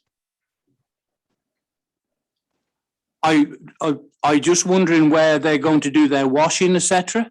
And in the health center. So no, and I'm just making sure that we're all on the same page. No, the shower and laundry will be in the health center itself, not heritage homes. Okay. Also, when it comes to the tax sales and the homelessness and all that, that's more broader. What say the mid to long term would be worried about. We are worried about just this temporary shelter. Okay, additional questions? Sir, Councillor right. Tellier has her hand up. Okay, sorry, I didn't see your little hand there. No problem. Good morning, and through the chair. I had a couple questions. So are the shelters you're referring to earlier, Mr. McConnell, that are deemed high-risk area by Councillor Cameron, are they found in rural lots or are they in main areas such as Elmer and St. Thomas and such? What, like a temporary shelter? Correct. Yeah, there's one in Elmer within the city. St. Thomas is building a brand new inn out of the coal right downtown.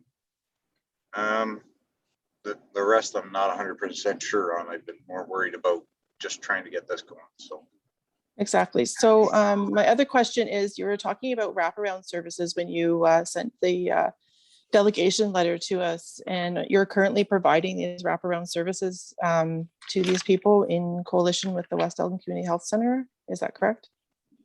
So they're already in place? Yeah, the systems navigator is already in place and already dealing with, I believe, six clients in the West.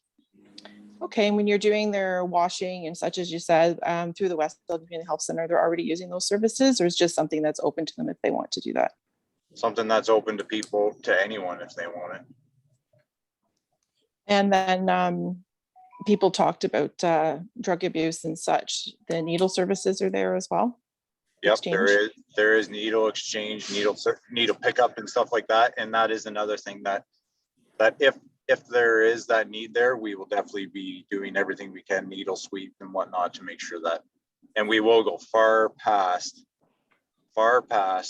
wherever we are located and make sure that the area is clean, if we ever run into that. And there's mental health services there as well they can tap into, or would they have to go out of the service area? Not 100% on that one. So, and I'm not gonna guess. So I can come back on that one. Okay.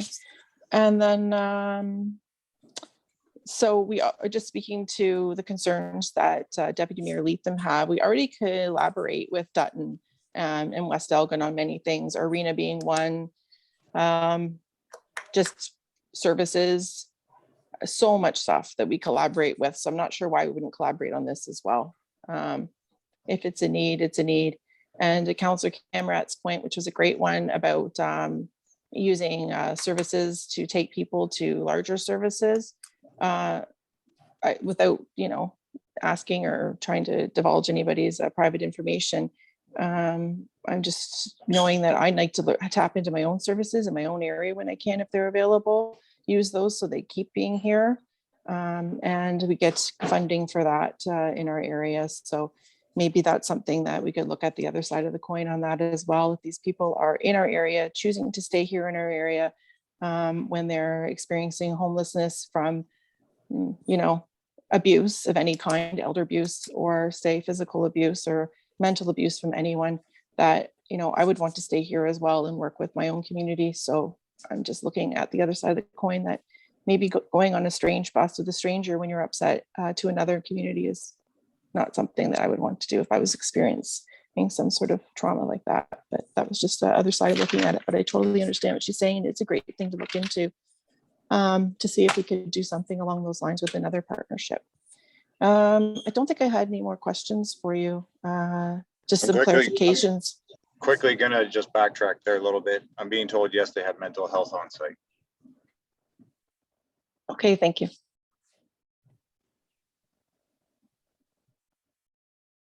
I've got just a couple of questions and some comments, Brian, that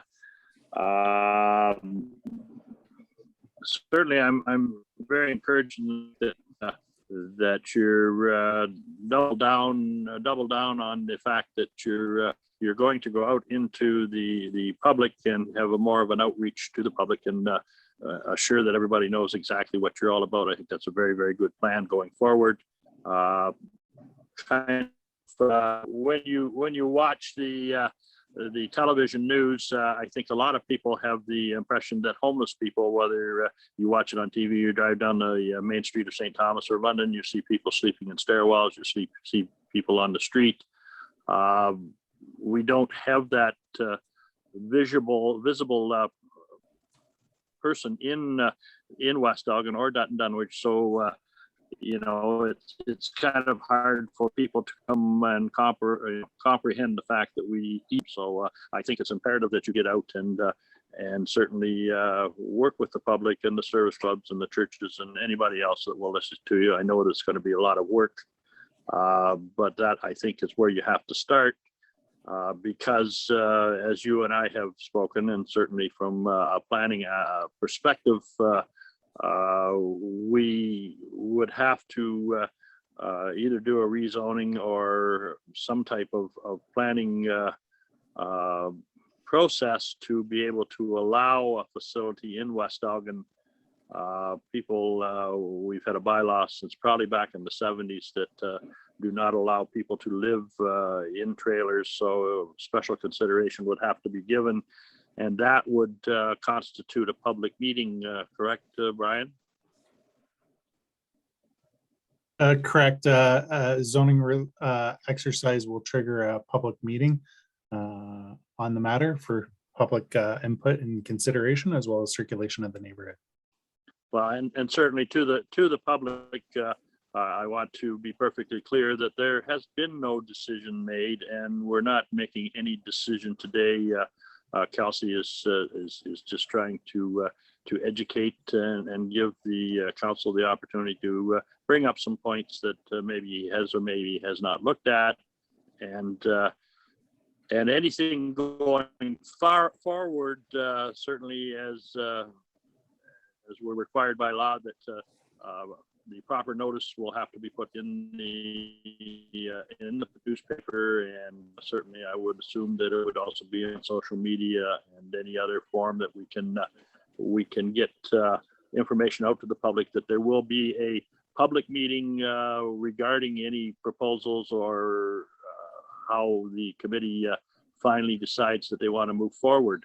I think part and parcel of that for my own satisfaction is that if you're intending on using municipal lands for some type of facility, that does come with a whole host of new issues, regarding insurance and regarding a lot of things that if you're on private land, the municipality would not be so concerned about. So certainly keep that in mind if you get to the point and do make an application for a rezoning, that what you're asking for. And I think that our clerk and our CAO can give you the specific details that you'll have to satisfy, and that will be legal agreements and the whole host of things as a municipality that we have to put in place to protect the corporation. Certainly, just a suggestion to your committee is that you come with a proper business plan as to how all the intricate little pieces and parts are all going to connect together, and who's going to be responsible for this and who's going to be responsible for that, and what the financial impact may or may not be on the municipalities of West Elgin or Dutton Dunwich. I think this is a lot of information that's going to keep your busy committee busy putting together, but it's very, very necessary for not only council, but I think also for the public to be comfortable with any direction that you might take going forward. So I think from council's perspective, you have now made us aware, and again, certainly there has been no final decisions made by, I don't think even by your committee, as how you're going to handle things, or as council. So we look forward to having more information coming from your group, and we'll see where that takes us down the road. But I just want to reiterate to the public that there will be lots of opportunity for public input into this process, and it's your community, and certainly council will work its very best to make sure that your voice is heard. And again, real quickly, I just want to say we want to be very open with the public to what we are doing. I will admit personally that we dropped the ball on this one. Is what it is. So now we're going to have to backpedal and figure it out. But we do want to be open with everyone to what exactly we are doing. We are more than open to questions. And as Dunk said, there's a lot more to come. We're still trying to figure this out. Nothing is set in stone yet. So, and thank you for having me. Okay. Council, have any final words before Kelsey moves on? Sir, both Councillor Cameron and Councillor Rowe have their hands up. Okay, well, we'll take Bonnie first. Thank you, through the chair. I have one final question that came to me that I hadn't asked before, Kelsey. It was with regard to the previous, and I guess I think of this because I know how long and involved going through a municipal property can be as compared to other more private properties. So I recall that the Anglican Church was being considered for an overnight shelter at one point. Can you update us as to how that those plans evolved? What it was we had the decision between the trailer and the church, and with the church it would have cost us a lot of money to satisfy all the needs in order to use that facility. So a trailer was deemed more feasible and probably better used. So okay, thank you. And I'm pretty sure that's how the other two towns or cities started their shelters, was through churches. And I do appreciate what the committee is trying to do. I don't negate the fact that we do have people that sleep outdoors in this community. Yes, they're not always visible to a lot of people, but they are there.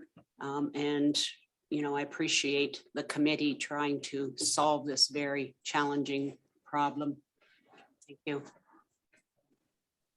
Angela.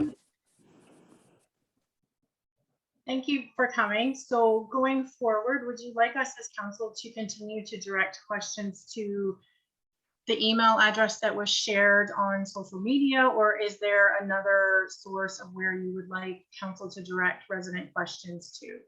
And can you clarify who's answering those questions? I did receive some concerns as to some of the responses some residents were getting. The Dunwich email, the Dutton West Elgin one is me. Okay. But yeah, then you're more than welcome to send them there. So again, I've had some pretty colorful email and responses myself. So it's been very mutual between us and the community, the responses that we have gotten. So quite sickening, actually. Absolutely. This is definitely a hot button issue, and I sympathize with what you're dealing with. And I will continue to direct concerns to that email address then. Thank you. And one other thing to that point, I do apologize to all council for the undue stress that you guys have had to be put under due to this. And again, I apologize, and hopefully in the future we can kind of better mitigate responses like this. So. Okay, just one final word, Kelsey. You know, those of us on council, we all understand that we have a very great community and in Dunwich. And when your group can fine point your project down to the community, and they understand the need. Certainly, I think that you might be successful moving forward. So certainly, I have great faith in our community that they will come to the aid of people that are in distress. So thank you and your committee for the work that you're doing, and wish you well into the future. And as always, I'm available anytime that you'd like to discuss an issue. And I know that our staff are also available for your committee. Certainly any calls that you make to them, they will try to give you the best answers they can. And let's see where this goes. And I can't reiterate enough to the public that, you know, nothing is going to happen without their knowledge and their input into decisions that are made. So with that, if there are no further questions, thank you very much again, Kelsey, and have a very good day. Cheers. Thanks, guys.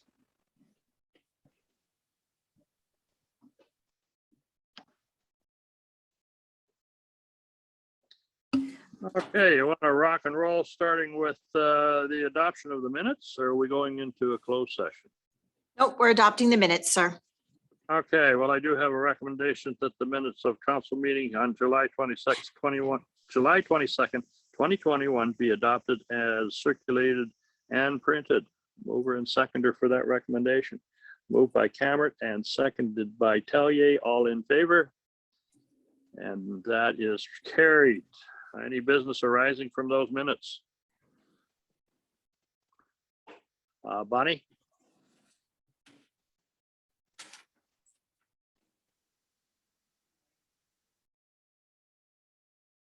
One item that I wondered whether disappeared from my notes. Sorry, I'm gonna have to let it go. Oh, here it is. The water modeling. Oh, no. Wrong meeting, sorry. Okay. Hey, No I know you're business going. arising. All right, seeing no business arising from the minutes, we'll go into staff reports. First one, we have Jackie's building activity report. Recommendation of West Elgin Council hereby receives the report from Jackie CBO building permit report for July 2021 for information purposes. That was sent out to you. Any questions on that? Do I have a mover and seconder for that? Rowe and Leatham. I seen Jackie. Are you on the meeting? Yep. Thank you. Okay. Do you have any comments that you want to add? No, I think everything's straightforward unless somebody has any specific questions for me. We're just plugging away here. Okay. You're able to handle the workload? It is getting, well, I'm still using a plans review service to help with the workload. So that's helping offset some of my, for time management. So yeah, it is this municipality along with Dutton Dunn, which is more than I can do by myself to keep up with everything. So I've been focusing on permits and inspections. So anyways, it is, like I said, challenging to keep up with everything this year. So, Well, I'll certainly be in communication with Magna if things are piling up on you, and keep council abreast. So, okay, we have it moved, seconded. All in favor of that report, and that's carried. Next item up is the Jeff. Good morning, Jeff. Your monthly report, the recommendation of West Elgin Council hereby receives the report from Jeff MacArthur, Fire Chief RE, monthly fire report for information purposes. Anything to add to that report, Jeff? Thank you, Your Worship, and good morning, Council. Nothing to add. The only thing, well, I will mention that Captain Tim Blaine from our Rodney Station 1 has just recently retired. So he dedicated 21 years to the fire department, and we plan to have him back in September just to say thank you and honor him. But nothing else to add at this time. Yeah, certainly a very enthusiastic firefighter, very conscientious, very hardworking. Those type of guys are hard to replace, but such is life. People move on. Okay, any other questions for Jeff on his report? Mover and seconder for the report. Oh, question, Angela? You got your hand up there. It's not about his report. It's actually about the daytime coverage now, knowing that Captain Wayne had left. Do we still have enough complement of daytime coverage, or will we be advertising for to hire again? Yeah, thanks for the question. And daytime coverage continues to be a bit of a challenge, obviously. So 2 points on that answer is we do have a few firefighters on our waiting list from our last recruitment that we do plan on to reaching out to and hopefully bring them on this fall, kind of in preparation for the potential they would start training their 1001 training in January. And then on the second point, yeah, we are planning on another recruitment this fall for kind of a fresh group of recruits. So, and we will focus on daytime availability again. It is always a challenge, but we did find a couple of recruits in the last group that have some daytime flexibility for us. So hopefully we can do that again. Okay, are you finding the same daytime fire problem in Southwold too? Not at the moment. It comes and goes, in all honesty. Luckily right now we're decently staffed for daytime, but it is something that kind of comes and goes at times. It's a challenge for all or I should say many, but most volunteer on-call departments. Any other questions for Jeff? Seeing none, mover and seconder for that fire report. Rowe and Cameron, all in favor? And that is carried. Okay, I guess that's it. All for you right now, Jeff. We will now move on to municipal drains. I believe this is Jana. Yep, I'm not sure if anyone has any questions. I tried to cover everything in the report. It's a part of the recent flooding. There's been they're wondering if work should be done. So that's why we're asking for a preliminary report first versus knowing that work needs to be done. It was the drainage superintendent's suggestion. Okay. All right, any questions? Bonnie? Yeah, asking for comments from the drainage superintendent was one of them. So obviously he feels that it would be a good idea. Yes, him and I spoke also to MAFRA, and it's their suggestion to cover it this way to ensure, because right now there's no obvious issues with the drain. But if we do it, this preliminary report will do a quick review to see if there's been too many, like so many houses added, so maybe it needs to be expanded, and it'll give everyone an idea of the cost requirements to make the drain bigger. There has been a lot of houses in that area. There isn't really much more of a cost to anybody by doing it this way, and it gives the homeowners on the drain more opportunity to discuss what they would like to see as well. And through the chair, my second part of the question was how many homeowners were impacted by the flooding that initiated this request? We've only heard from one, which is part of also the reason for the preliminary report. Okay, well, any other questions for Janet on this? Just as a matter of interest, while we are speaking of drains, I did ask the county CAO under the emergency measures coordinator to do some research into some information that I found out from the city of Windsor. They have a program in Windsor that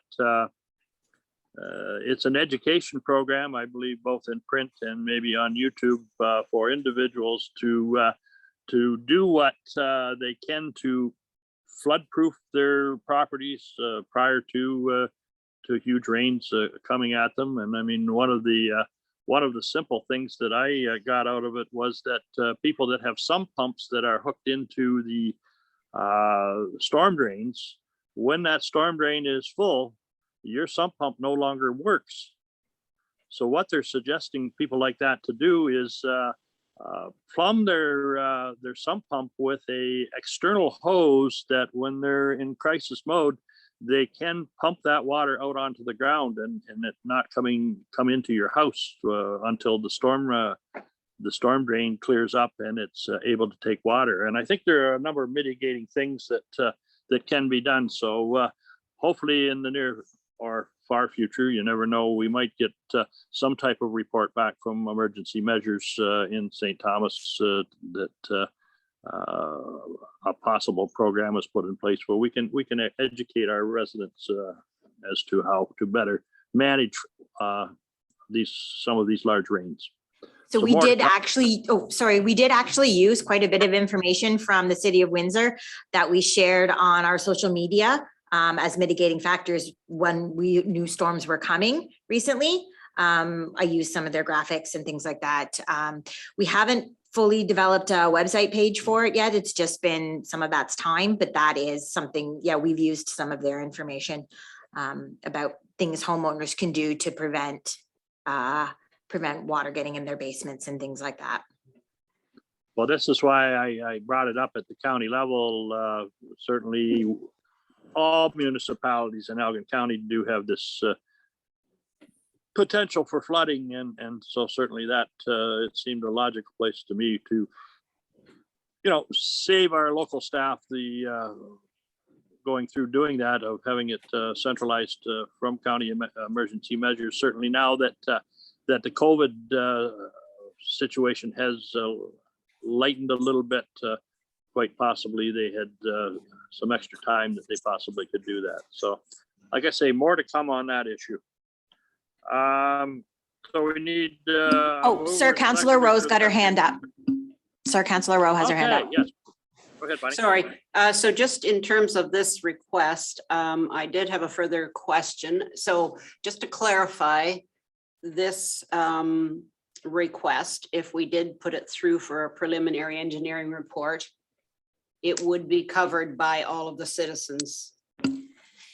If council chooses to move forward with, once we get the preliminary report and everybody's happy and we move forward, yes, it then would be covered under the drains. However, if we get the preliminary report, council deems it's not worthwhile to move forward, the report will be covered 1/3 of it by the OMAFRA grant, the 2/3 by council. And its cost would be significantly less than a full-on engineer's report. And that was my other part of the question. So any estimate as to the cost?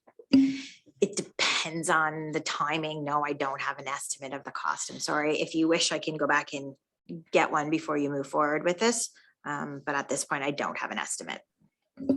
So just in terms of my thoughts on this, because this is one person as opposed to, if it was a community of people that were requesting it, I guess I could see the need, but with one person requesting it and then potentially all of our taxpayers having to absorb the cost of potentially a report that says no, nothing is needed, I guess I'm a little concerned about that. Just so council, I had to bring this forward in one way or another because an official request was made, and this is where we're at with that. So, and Councillor Cameron has her hand up, sir. Angela, please. Councillor Cameron, you're on mute. Thank you, Jana. Through the chair, this is directed to Magda. How much money is left in our drainage budget for this year, please? So basically, in terms of drains, the cost, it would not affect 2021 budget, as the cost would be moved towards 2022 budget, because that's when basically the grant application and allocation, municipality versus grant, that's when that cost will be done. So there's no 2021 budget implications. But it could potentially have 2022 future drainage work implications. That's correct. Thank you. Just a question for you, Jana. Is this like a legislated drainage procedure that if one individual on the drain requests a preliminary investigation, that it's legislated that the OMAFRA and the municipality are responsible to pay for it, or is that a decision that council? Under the Drainage Act, from my understanding from our OMAFRA representative, if the way it works is the request comes in for, they want major improvement, we decide to move forward with a preliminary report. If the preliminary report comes back that no work is needed, then it cannot be assessed to the drain because there will be no work done on it. If the report comes back that drainage work is needed, then the costs will be attributed to everyone on the drain. And that is under the Drainage Act from my explanation from OMAFRA. So it's kind of a situation that to comply with the Drainage Act, this is the process we have to go through. Council still has the right to say yes or no to a report in general. That is council's decision alone because they own the drain. The one issue we have to be aware of, if there comes down to the fact that there's more damage done and a request has been and it's been denied, we could be liable. However, that is the case with any drain if there's some major issues and we don't maintain it. Okay, so is it a situation that's probably in our best interest to do this preliminary report? That is the recommendation of the drainage superintendent, yes. Okay. You've all, we've had a good discussion. Also, one more thing is he feels that there may be even something as minor as changes to the drainage assessment. And at that point, if there is something as simple as even adding more people to the drainage assessment, this report will be covered by the people on the drain, not the general tax base. Okay. Okay, Bonnie, does that satisfy your inquiries? Yes. Okay, any more questions on that before I ask for a mover and seconder? Mover and seconder for the report. And that is, I believe, we will be. Sir, would you like me to read it? That West Elgin Council hereby receives the report from Jana Nethercott, clerk, reappoint drainage engineer, a request for major improvement to drainage works, and that council hereby appoints Sprayett Associate Engineers and Architects to prepare a preliminary report for the major improvement of the Miller Drain. Okay, you've all heard the recommendation, mover and seconder.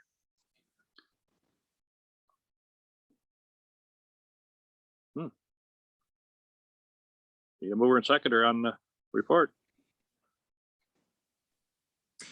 Sir, do one more call and then we can make it as defeated and we won't appoint an engineer. Right. Okay, one more call, mover and seconder on this report. Seeing none, this is defeated and we'll move on to our next item, which is Operation Community Services. Lee, are you close by? Mr. Mayor, Mr. Gosnell is away on vacation and will not, Okay. and is not attending the meeting today. Okay, I guess he has sent out his report. If you have any questions on his report, I guess Magda can do her best to respond to them. Any questions on Lee's report? Bonnie?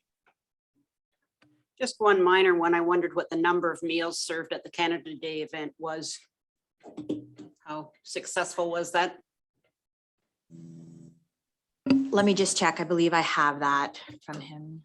I think it was 130. I thought it was 139.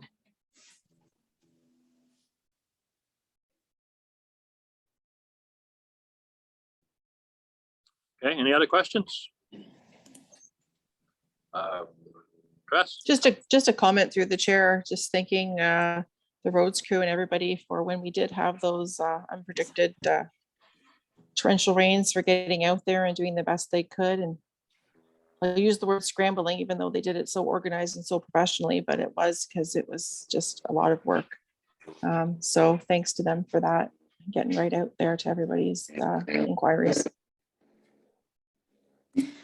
And further to the inquiry, the information is there were 139 persons served at the barbecue, 50 persons took part in the free swim, and 33 persons attended for the community painting. Angela, you have your hand up there? I just want to personally extend a thank you to Mr. Gosnell and his spouse, as well as Emily, for doing the majority of the work for the community barbecue. They were there at 7 o'clock in the morning until well after 7 p.m. in the evening. And I'm sure it was a very long day, but it was very well received by the residents. So thank you to Mr. Gosnell. If you could pass that along when he gets back from his much needed rest. Okay. Mover and seconder for the report.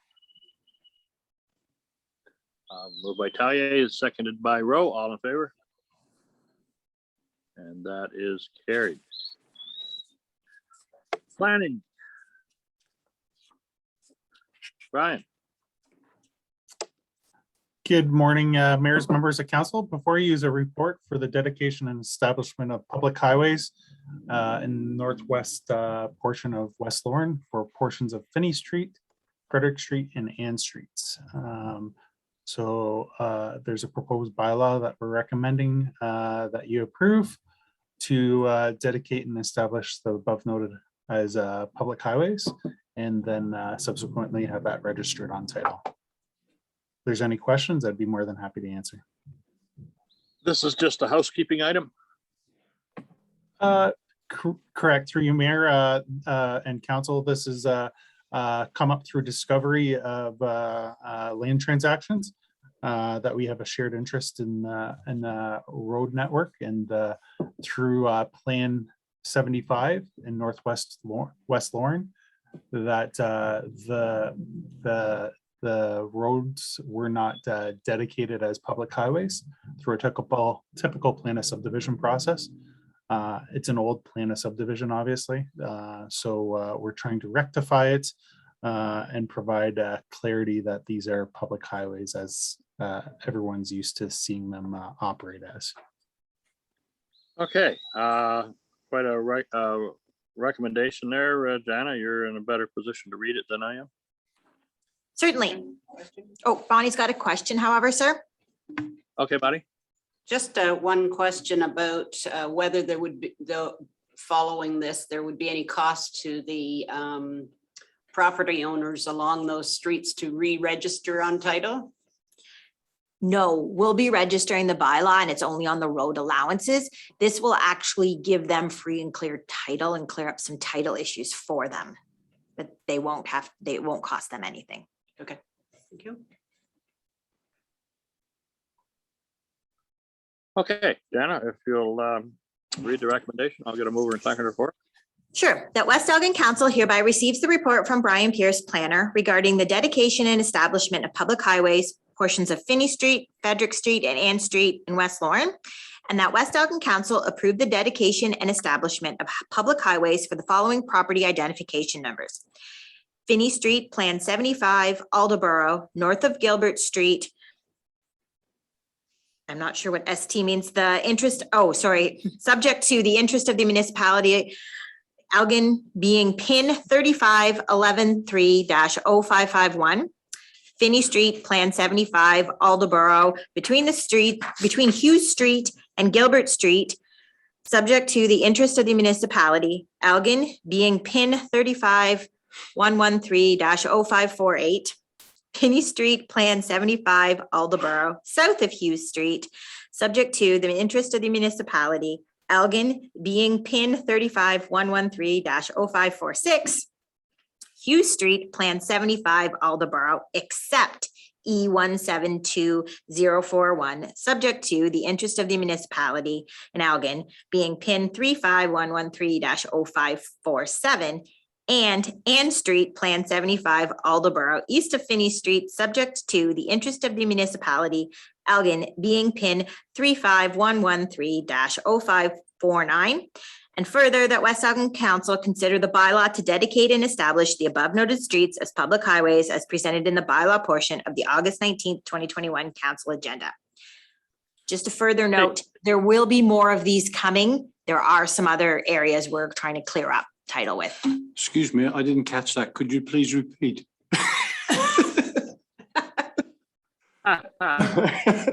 One question.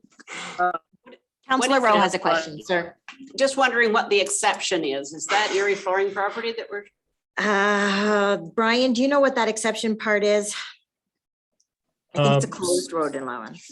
Through you, Mayor, to Councillor Rowe, Hughes Street is now known alternatively on the plan as help me out. That's Frederick Street. There we go. Yes. So that's an easement registration on the pin. So that's all that E number means in that number 4 clause that the clerk read. So it's in a utility easement. It doesn't have an issue on registration of this bylaw though. No. Okay. Questions all answered. Mover and seconder. Moved by Leatham, seconded by Cameron. All in favor? That is carried. Next item, Jana. Administration monthly report. I guess that's been in your package. Yep, I'm not sure if anyone has any questions from Magda and I, but yes. I don't see any. Oh, Sir Councillor Cameron has her hand up.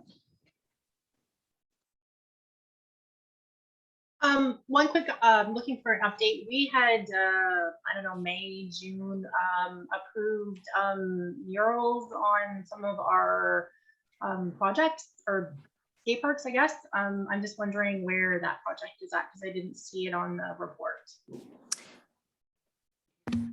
Through the chair, I can answer that question. So actually, we have received an update from Optimist Club. They are, there was a little bit of delay in this project, but they are planning on starting within the next couple of weeks at the Miller Park. Skate park is the chosen area where they're gonna put the painting on.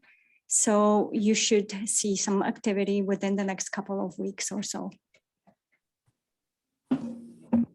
Okay, thank you. With that, do we have? Oh, sir, Counselor Rowe has her hand up. Hey, Bonnie. Just wondering, in terms of those closed service requests, and thank you for that. That's good to get caught up on that. What would be the average length of time to address each, or sort of averaging those ones that are closed? You'd be able to estimate? The times will be a little off because a lot of those ones, it took us a little longer to finalize the notes, but generally they were dealt with within hours of them coming in. They were at least the first point of contact. Some of the ones regarding flooding, like I said, just in order to get the finalized notes and get everything done, most of them took a couple days just because there were multiple visits and multiple conversations with them. But I can certainly see if we can find a way to time, but Magda does have more comments on that as well.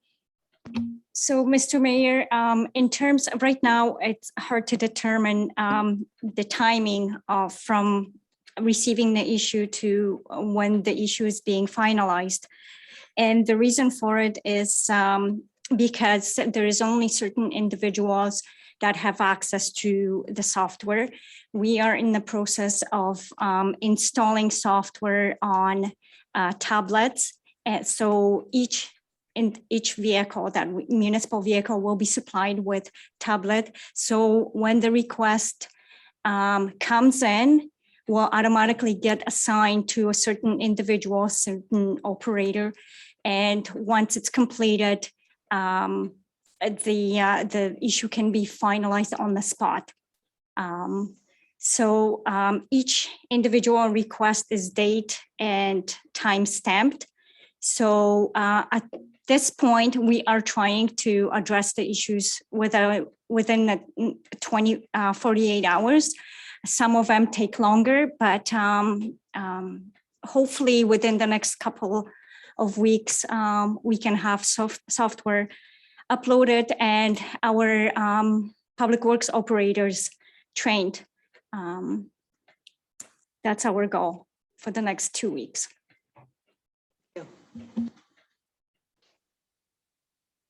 Additional questions? Seeing none, can I have a mover and seconder for the report?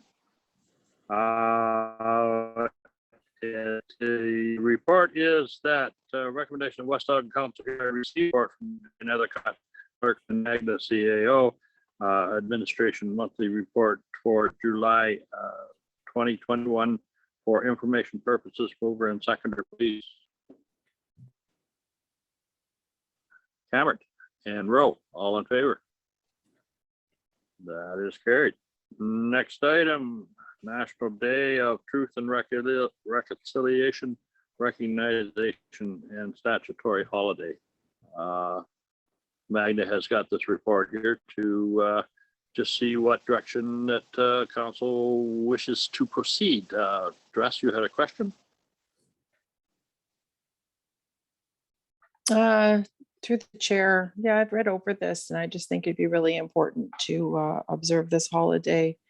I hate calling it a holiday, but this day, we have many things we need to reflect upon, and that's a great name for the day, Truth and Reconciliation. So I just think it'd be something great to support. I'm not sure what the other council feels about that. Hey, Angela. I support this as well and think that it should be a day that we follow and take the reconciliation and follow the regulation and take the time off. Okay. Any other comments? Bonnie?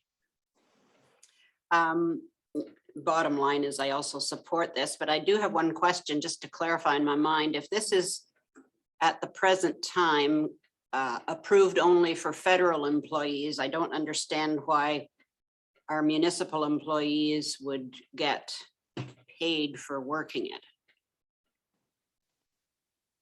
Like unless we adopt it as a municipally approved stat holiday, even if we decide against it, the employees would get paid for working it? Oh, I guess I misinterpreted the report then. It's not a mandatory holiday at this point. Okay, I thought that's what the report said. So my misunderstanding there. And the other comment, if we do approve it as a paid stat, or even if we don't, I think it's important for us to provide some education to our citizens and staff about this new stat and what it means, you know, through social media and website and our, you know, printing on invoices or whatever our usual communications processes, so that it's not just another holiday, but something that people can learn from.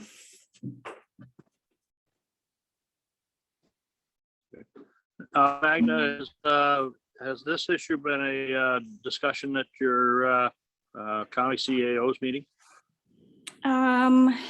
It wasn't really discussed, basically, but I have reached out to other municipalities in Elgin County, and municipality of Almer is the only municipality that is recognizing that holiday this year. And the reason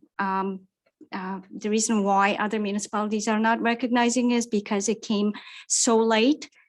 There is financial implications, as if council chooses to approve this holiday, our office, our municipal office, our facilities, option one is to close all facilities and office. Option two is to keep facilities open and pay our employees overtime. So there is some financial implications. And as you know, Arena will open mid-September. I'm not sure if now we're at the point where we can cancel programming at the Arena for September 30th. So that will require pay our employees overtime. Okay. Does that have any impact on the thoughts for this year? Is that going to be something that we can physically do this year, or is it something that we should wait and incorporate it in our 2022 budget? Mr. Mayor, I realize it's certainly council's decision, but we currently, this municipality recognizes 12 stat holidays. Plus, we offer our employees, if December 24th falls on Friday, we offer our employees half a day. The same with December 31st. If that day falls on Friday, we offer them half day off with pay. It is certainly council's decision, but if this will basically, if it gets approved by council, our municipal staff will have 13 paid holidays, plus additional day on fluctuating Christmas holidays. Certainly council's decision.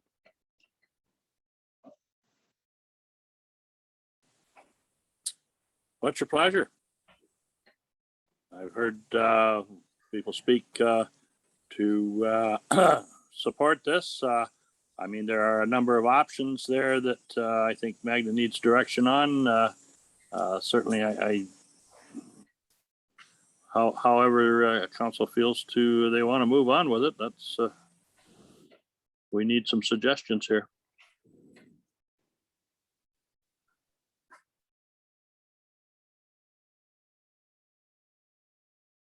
Yes, Angela. Angela, or not Angela, Teresa, sorry. Okay. We're changing roles today. Through the chair, do we have, Director Magda, do we have an actual number of the financial implications? What I'm thinking is, I know there's 13, I believe you said stat holidays that they're paid for, but I'm just thinking of the sacrifice and what went on to recognize this day and have the Truth and Reconciliation National Day of this. And sometimes the bottom dollar, unfortunately, I know we look at that, cannot always be what it is. We have many people in our community that are status and of this background, and it's very important that we look at that as well. So do we have an actual dollar figure of the implication or an estimate? I don't have an actual dollar figure. In terms of facilities, arena, and for county transit will be affected. And actually both actually arena facilities, we would need to approach Dutton Dunwich as the cost is being shared with municipality of Dutton Dunwich, the same with for county transit. That service is being shared with other municipalities partnering in this program, which is Chatham-Kent, Village of Newbury, and Southwest Middlesex.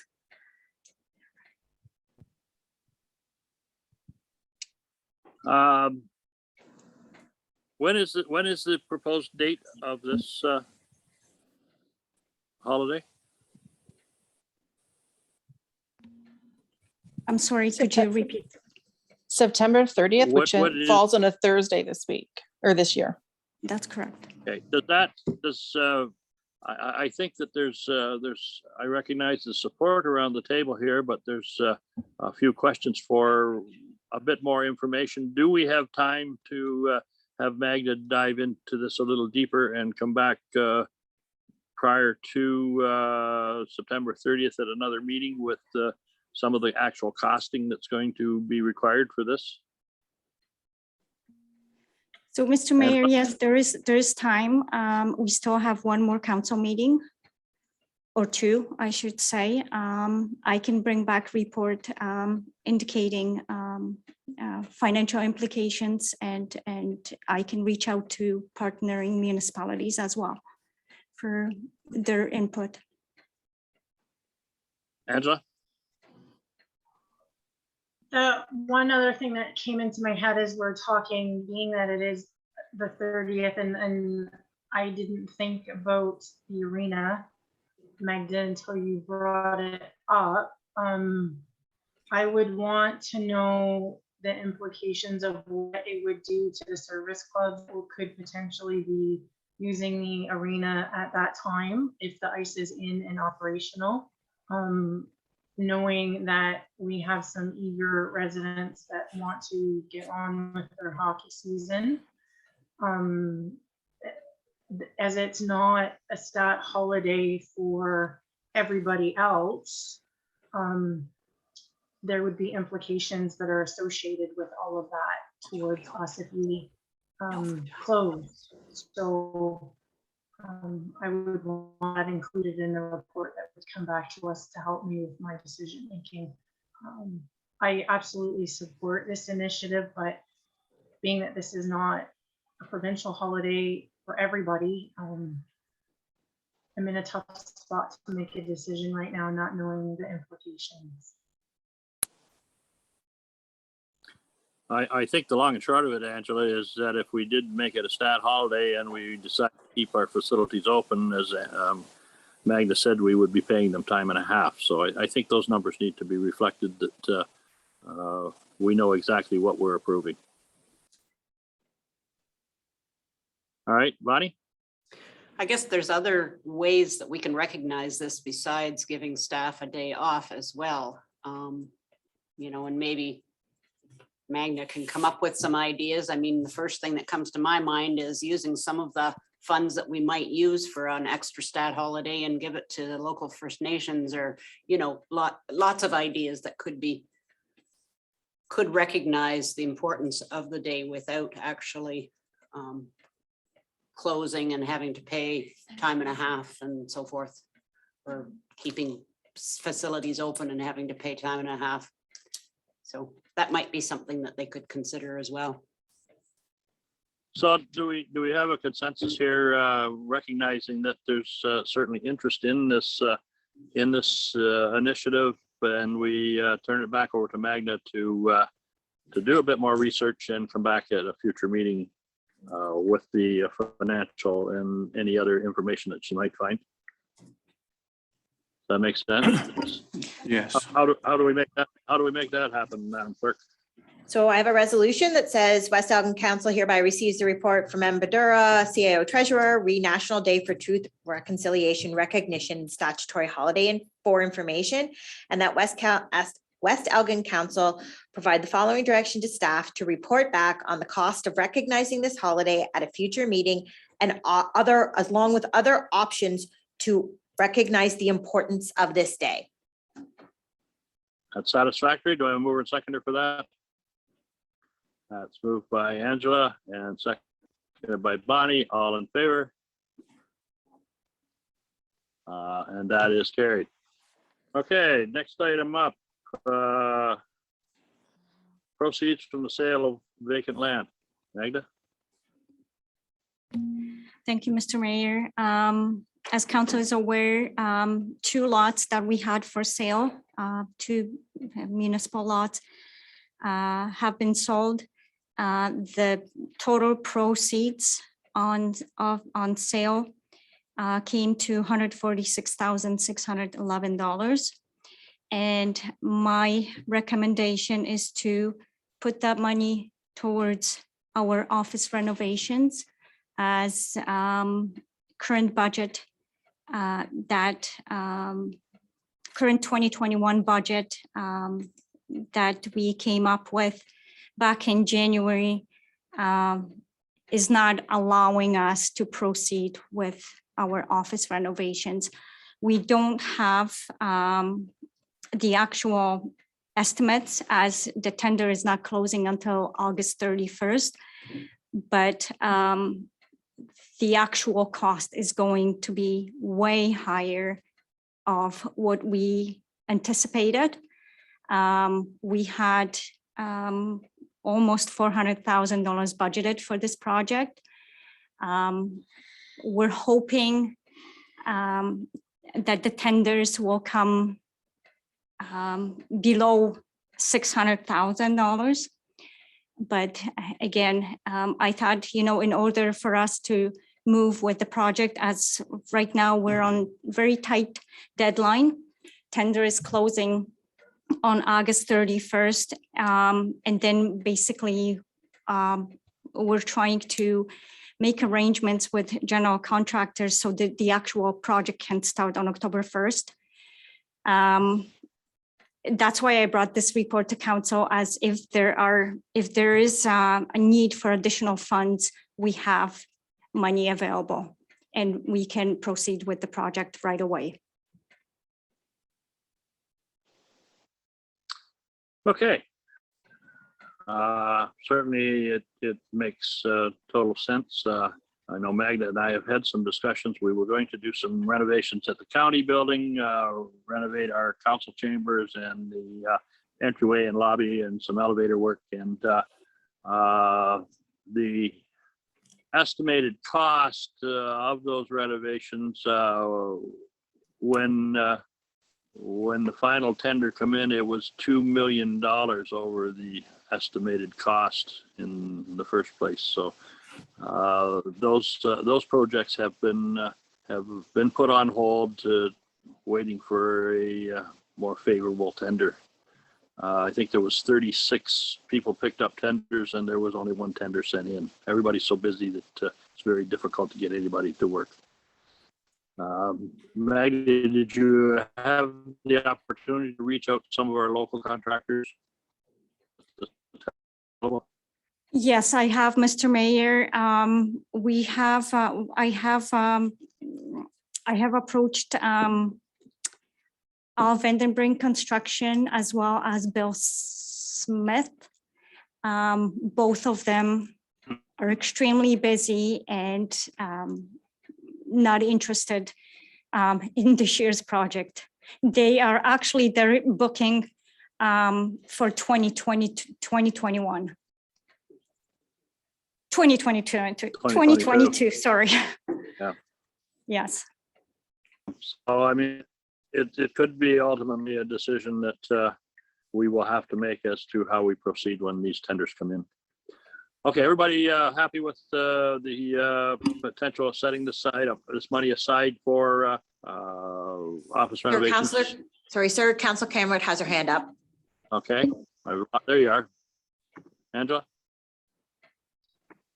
Magda, have we posted our tender everywhere on different job boards for all contractors to see, besides just local contractors?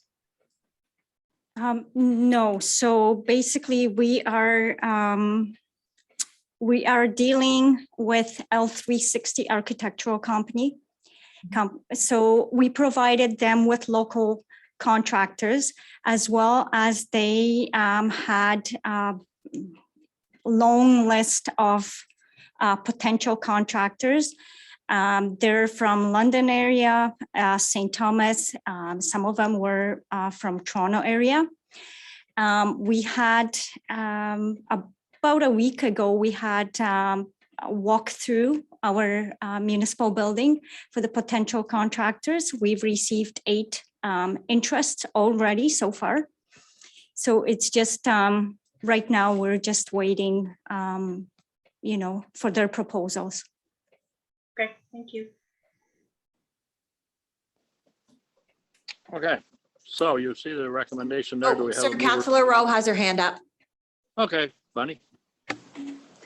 I think this would be an appropriate use of these funds, as this is a project that impacts all of our taxpayers. So it would be appropriate from my perspective to use it in this way. So I would motion it. Okay, seconder for it. I'd second that. Okay, moved and seconded. I will, where are we at here? Sir, would you like me to read it? Go ahead. It's a pretty small print. That West Elgin Council hereby receives a report from Embadura CAO Treasurer proceeds of the sale of vacant land, and that West Elgin Council hereby allocate the proceeds in the amount of $146,611 towards the municipal office renovations. So we have a mover and a seconder. We'll just need you to call the vote. All in favor? Yes. Are you got a question, Ann? Or voting? Okay. All in favor again? All right, that is carried. Next item. Councillor Tellier, just so you know, sir, Councillor Tellier has exited the meeting. Yes, that's what I thought. She said she had to be gone by 1. Okay, next item up, the citywide maintenance manager implementation project proposal. I guess Magda? Yes, thank you, Mr. Mayor. So this is the project basically that started with our organizational review, and then staff found an opportunity within the Ministry of Municipal Affairs. There was a grant available at that time back in March. We took advantage of it and we applied, and we have received grant funding in the amount of grant funding of up to $79,200 towards that initiative. So basically, this is to improve our timekeeping and payroll system. This project requires us to purchase additional module of the software that we currently have. Entails training, staff training, and appropriate allocation of labor, machine time, and our municipal employees' hours. So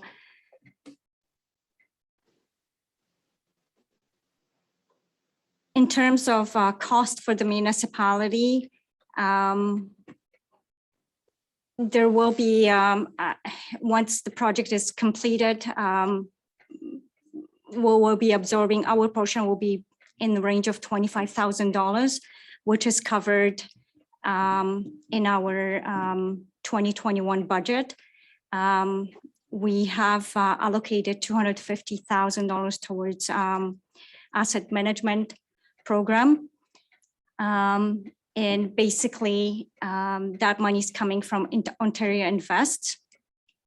In my table, I also indicated where we are getting additional funding.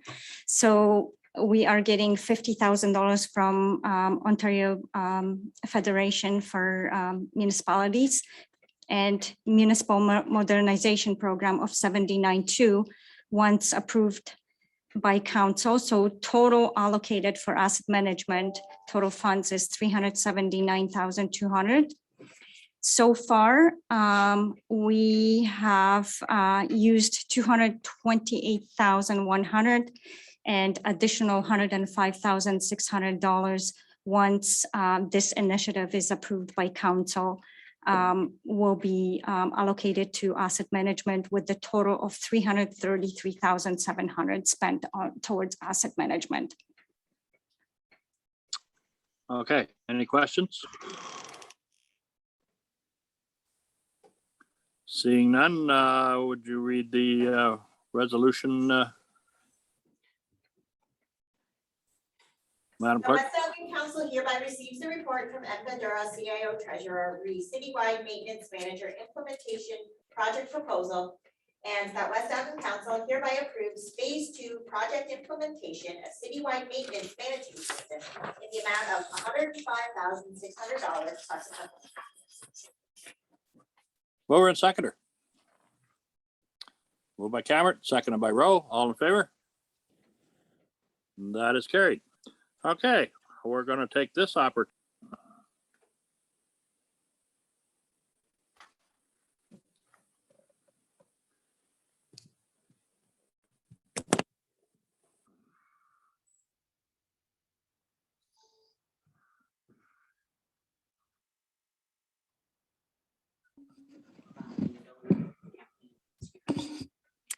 So, sir, we are all back and it is 1 p.m. if you are ready to move forward. I'm ready to rock and roll. I guess our first item up is waiver of fee requests for YMCA, West Elgin Community Health Center, and Rodney Alberl Agricultural Society. Want to elaborate? It's part of the general requests, the submissions that you guys had asked for. I'm not sure if there's any more information anybody would require on the requests. Okay, what's your pleasure on that? Mover and seconder, if you're so inclined. Angela, you have a question? The YMCA request makes reference to charging people for programs. So I guess I'm just wondering how much they're going to charge our residents if we're waiving fees for the building usage.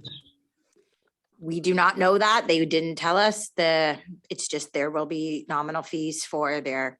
Would you like us to get more information before we and pull that one from this item?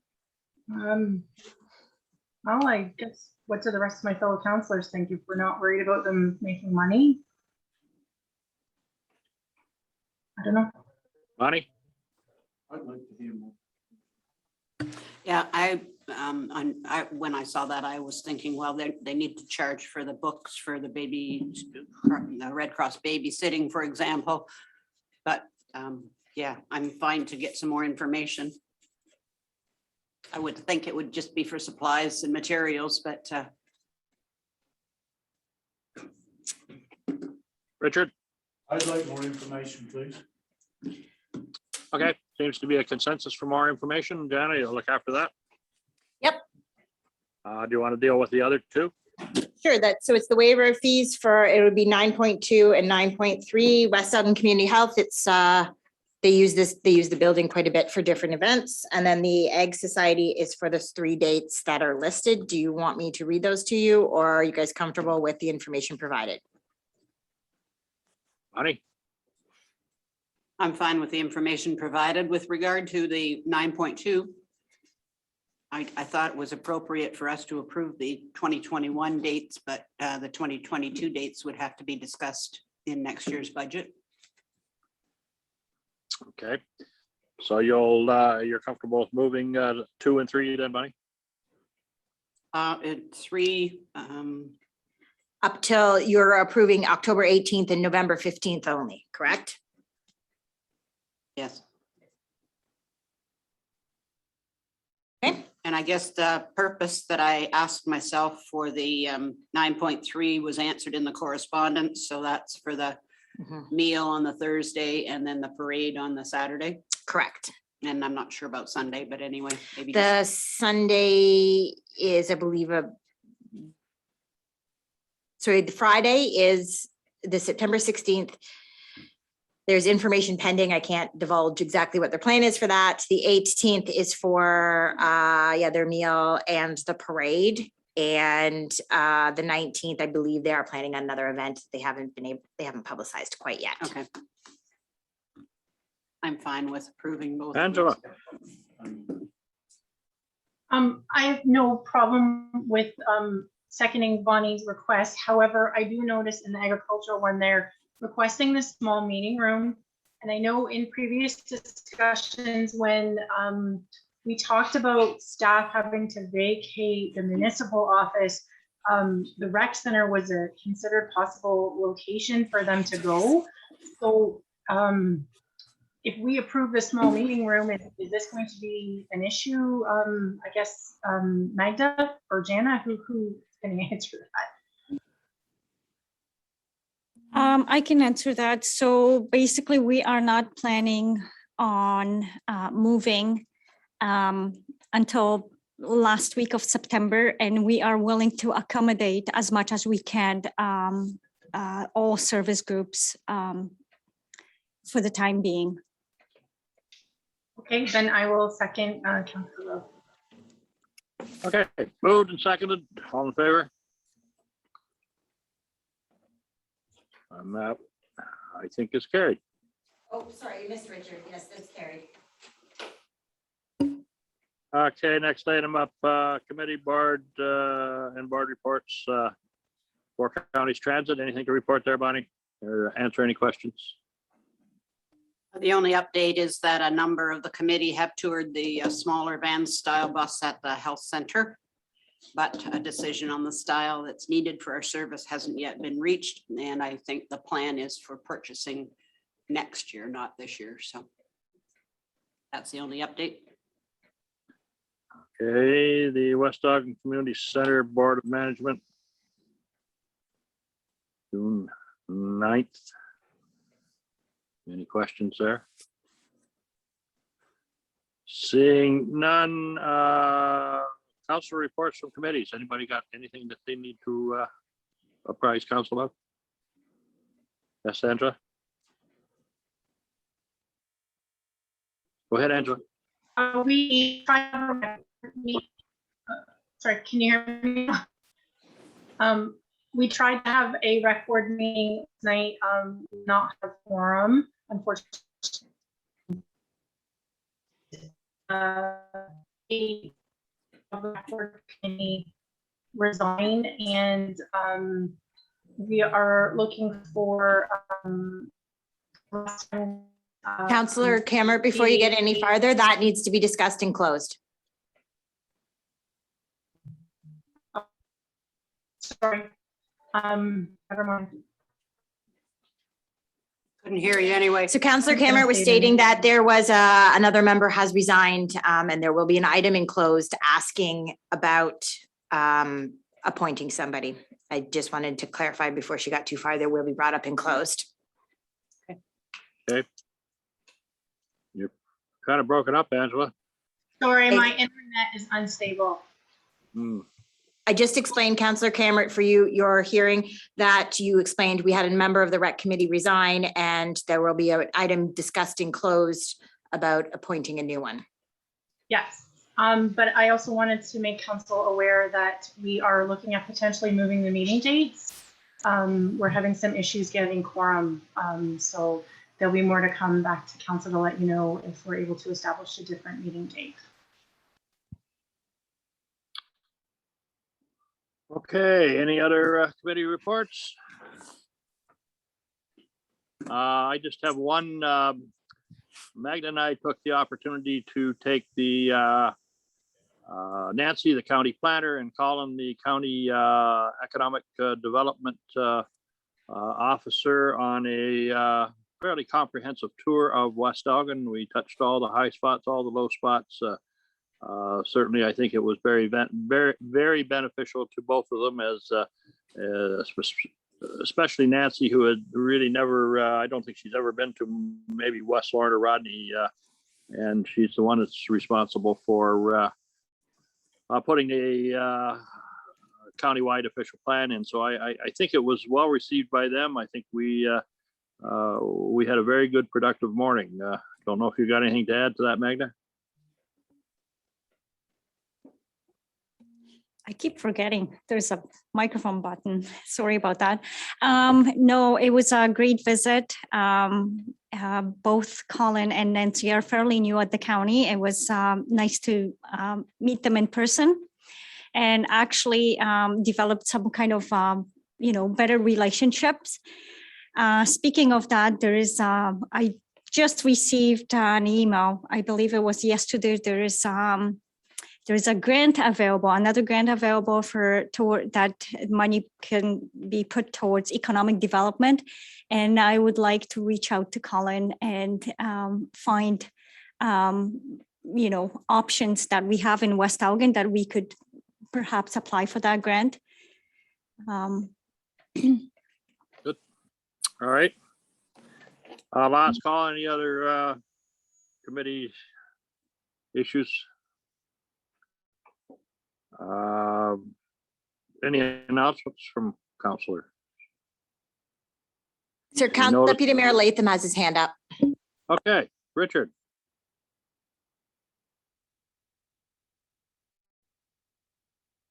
Is your button pushed, Richard? Just to let you know that I did attend 2 executive meetings for the Lower Thames, and it was about issuing permits, and we heard from the people that applied for the permits and had been refused, and we finished at the end of the meetings by issuing those permits. So it was quite an interesting meeting at the time, and obviously some recommendations from the Lower Thames.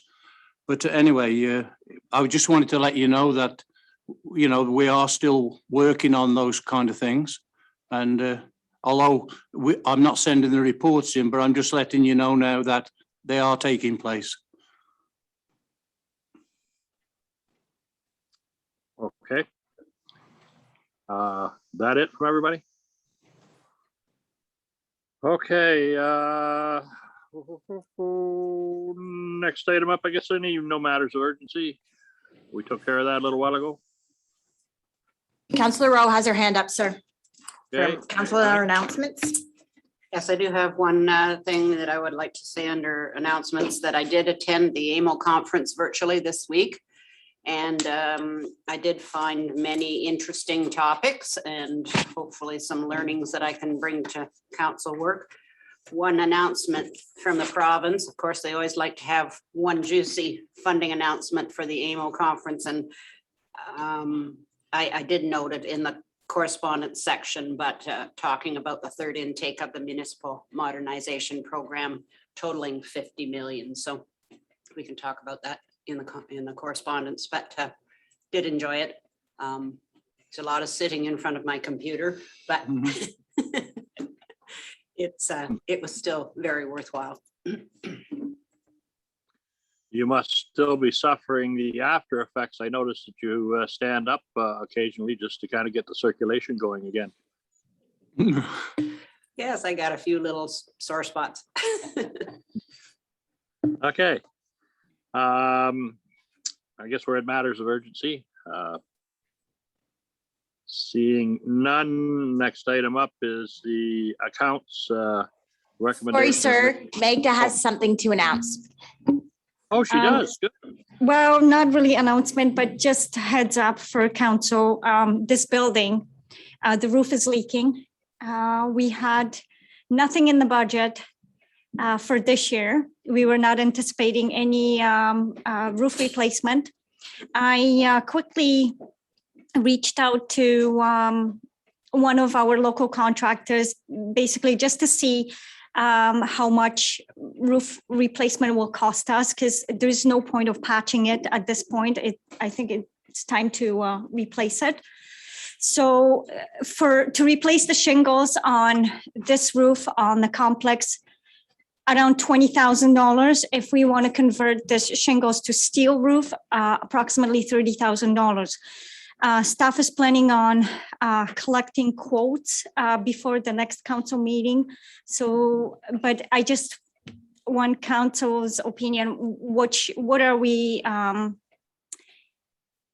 My recommendation would be to replace this roof with steel, so we don't have to worry about it.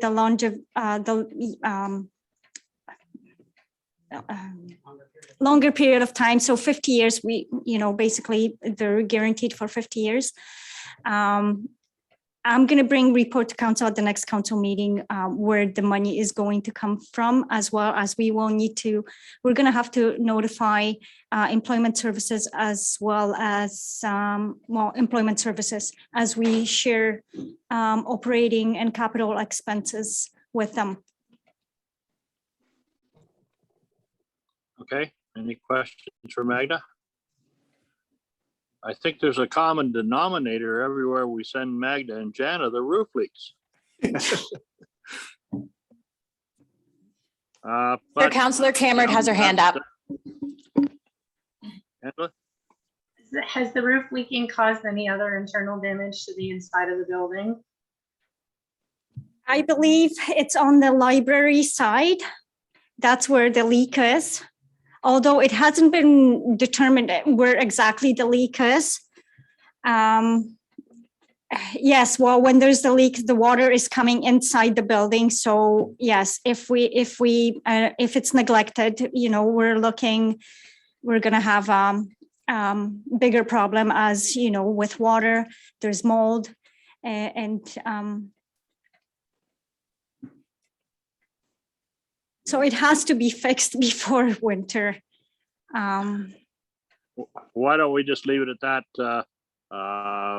Get staff on that, come back with a report, and then we'll move forward with it. Okay. Anybody, any other announcements from anybody? Okay, next item up is our accounts. I have a recommendation that the mayor and treasurer hereby authorized to sign payment voucher number 8 amounting to $496,102.09, settlement of general road, water, and arena accounts. I think everybody has had an opportunity to review them. Any questions? Any more questions that you haven't had already answered? Seeing none, do I have a mover and seconder for the resolution? Moved by Leatham, seconded by Cameron. We got the money, Angela, or I don't know what your name is. I lost it. Don't have my cup, but yes, we do have money. Magda, God, it just flew up my head. Okay, moved and second, all in favor. And that is carried. Yep. Okay, moving on to correspondence. Ministry of Municipal Affairs and Housing, Main Street Recovery Act proclamation. Any It's just for action information. you wish? Okay.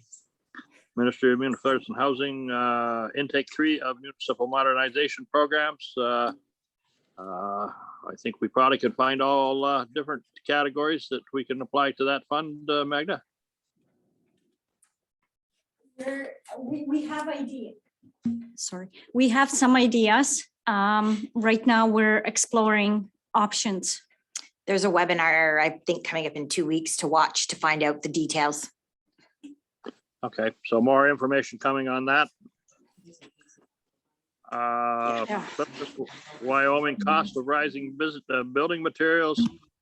I don't think that there's much we can do about that. It's just a cycle that'll have to find its own level. Anybody want any action on it? Chatham-Kent support affordable internet. Councillor Cameron. I would like to support that. Okay, you'd move that. Do I have a seconder for supporting Chatham-Kent's letter? Seconded by Leatham. All in favor? And that is carried. Perth County relationship with MPAC. What's your pleasure there?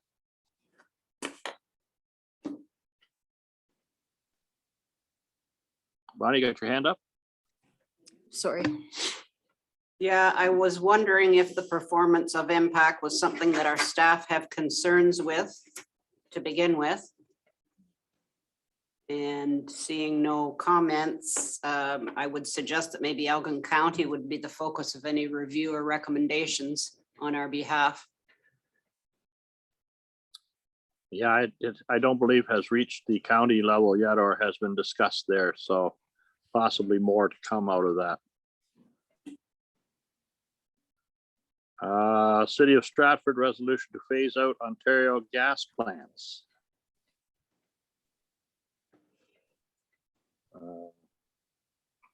What's your pleasure there? To be replaced with what? Bonnie? When I read this, I wondered if this is Stratford's way to get rid of the windmills around there because they need the gas plants to back those up and they're not gonna work without them. So I didn't see a point in supporting this. Okay. Rodney Agricultural Society Fair Parade. Sir, I do have a resolution for that if you guys are willing to support it. Just we need it for the county to support, to get the county to allow the road closure. I think on top of that, we need to have some more discussions with the Fair Board because I think the county might want to be involved with that and have it as their official opening of the Main Street in Rodney. So council agreeable with me reaching out to Brian Lee. We'll see if there's anything that we can jointly do between the Fair Board and the county. Seeing not a hit. Councillor Cameron has her hand up, sir. Angela? I'm fine with this. I'm assuming staff will make sure that it meets public health guidelines and all that wonderful rules that everybody has to follow now. They'll have to present that to public health. Okay, so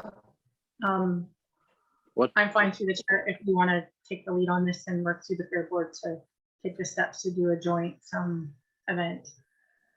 Maybe. I've had some initial discussions at a Fair Board meeting and I'll at that point in time, I wasn't sure whether they were going to have a parade or not. So I'll follow up with Dan. Would you have a resolution, Madam Clerk? Yes, the West Elgin Council hereby approves the Rodney Alderborough Agricultural Society's request for a parade through Rodney on Saturday, September the 18th, pending approval from the County of Elgin for the temporary road closure of Furnival Road. And that West Elgin Council hereby approves the Public Works Department staff to provide traffic control for the parade. Over a seconder for that. Bonnie and Richard, all in favor? And that is carried.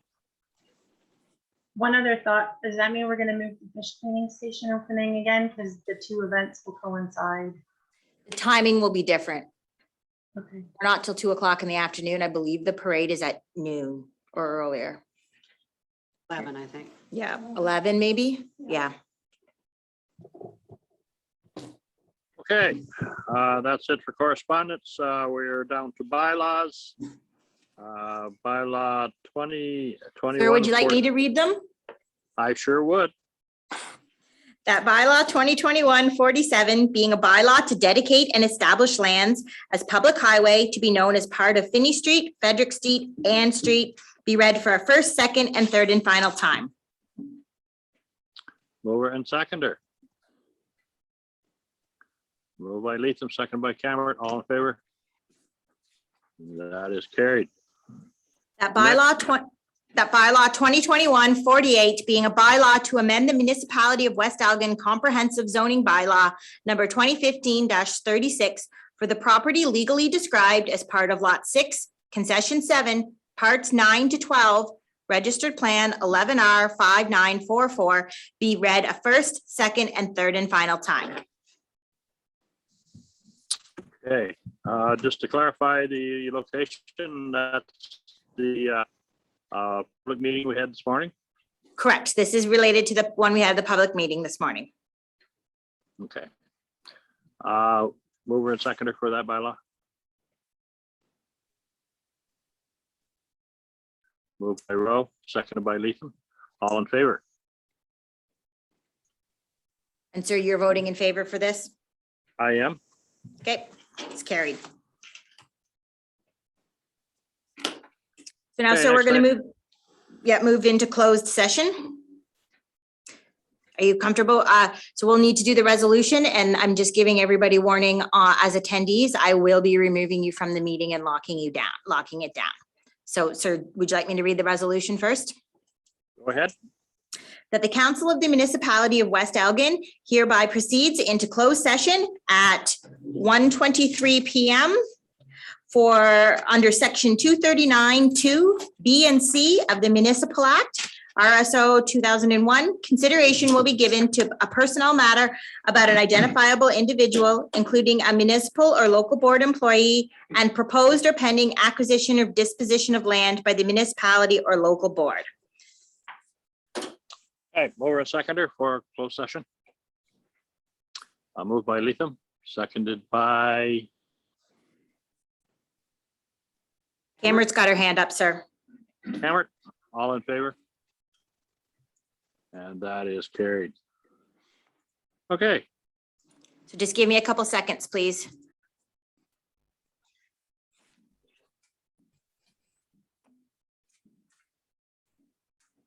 Okay, sir, so it's now going to be the report out from closed session. I can read that for you, sir, because I have the resolutions ready. So we're reporting out at 3:18 PM. So the first resolution will be that West Elgin Council approved the quitclaim deed from the Municipality of West Elgin for the property identified as 351052-0492, and that West Elgin Council authorized the mayor and clerk to execute the above noted quitclaim deed on behalf of the municipality and all associated legal documents related thereto. okay, you've all heard the resolution, mover and seconder. So Angela? Councillor Cameron, okay, you're seeing us now, okay. Yeah, you're not froze now. Angela and Richard. Any more discussion? All in favor? So that, You're Angela, are you in favor? Oh, so, okay. okay. That So is- that West Elgin Council provide direction to staff to employ Bill Todd on a part-time basis, and that CAO treasurer be authorized to sign the employment contract. Mover and seconder. Bonnie? And Angela, all in favor? That's carried. That West Elgin Council had provided direction to staff with regards to identifiable individuals and proposed sale or disposition of land or assets. Mover and seconder. Bonnie? And Richard's up. Okay, all in favor? And that is carried. And that West Elgin Council hereby directs staff to bring forward a bylaw to renew the Human Resources Consulting Agreement with Robert Bryce during the bylaw portion of the agenda.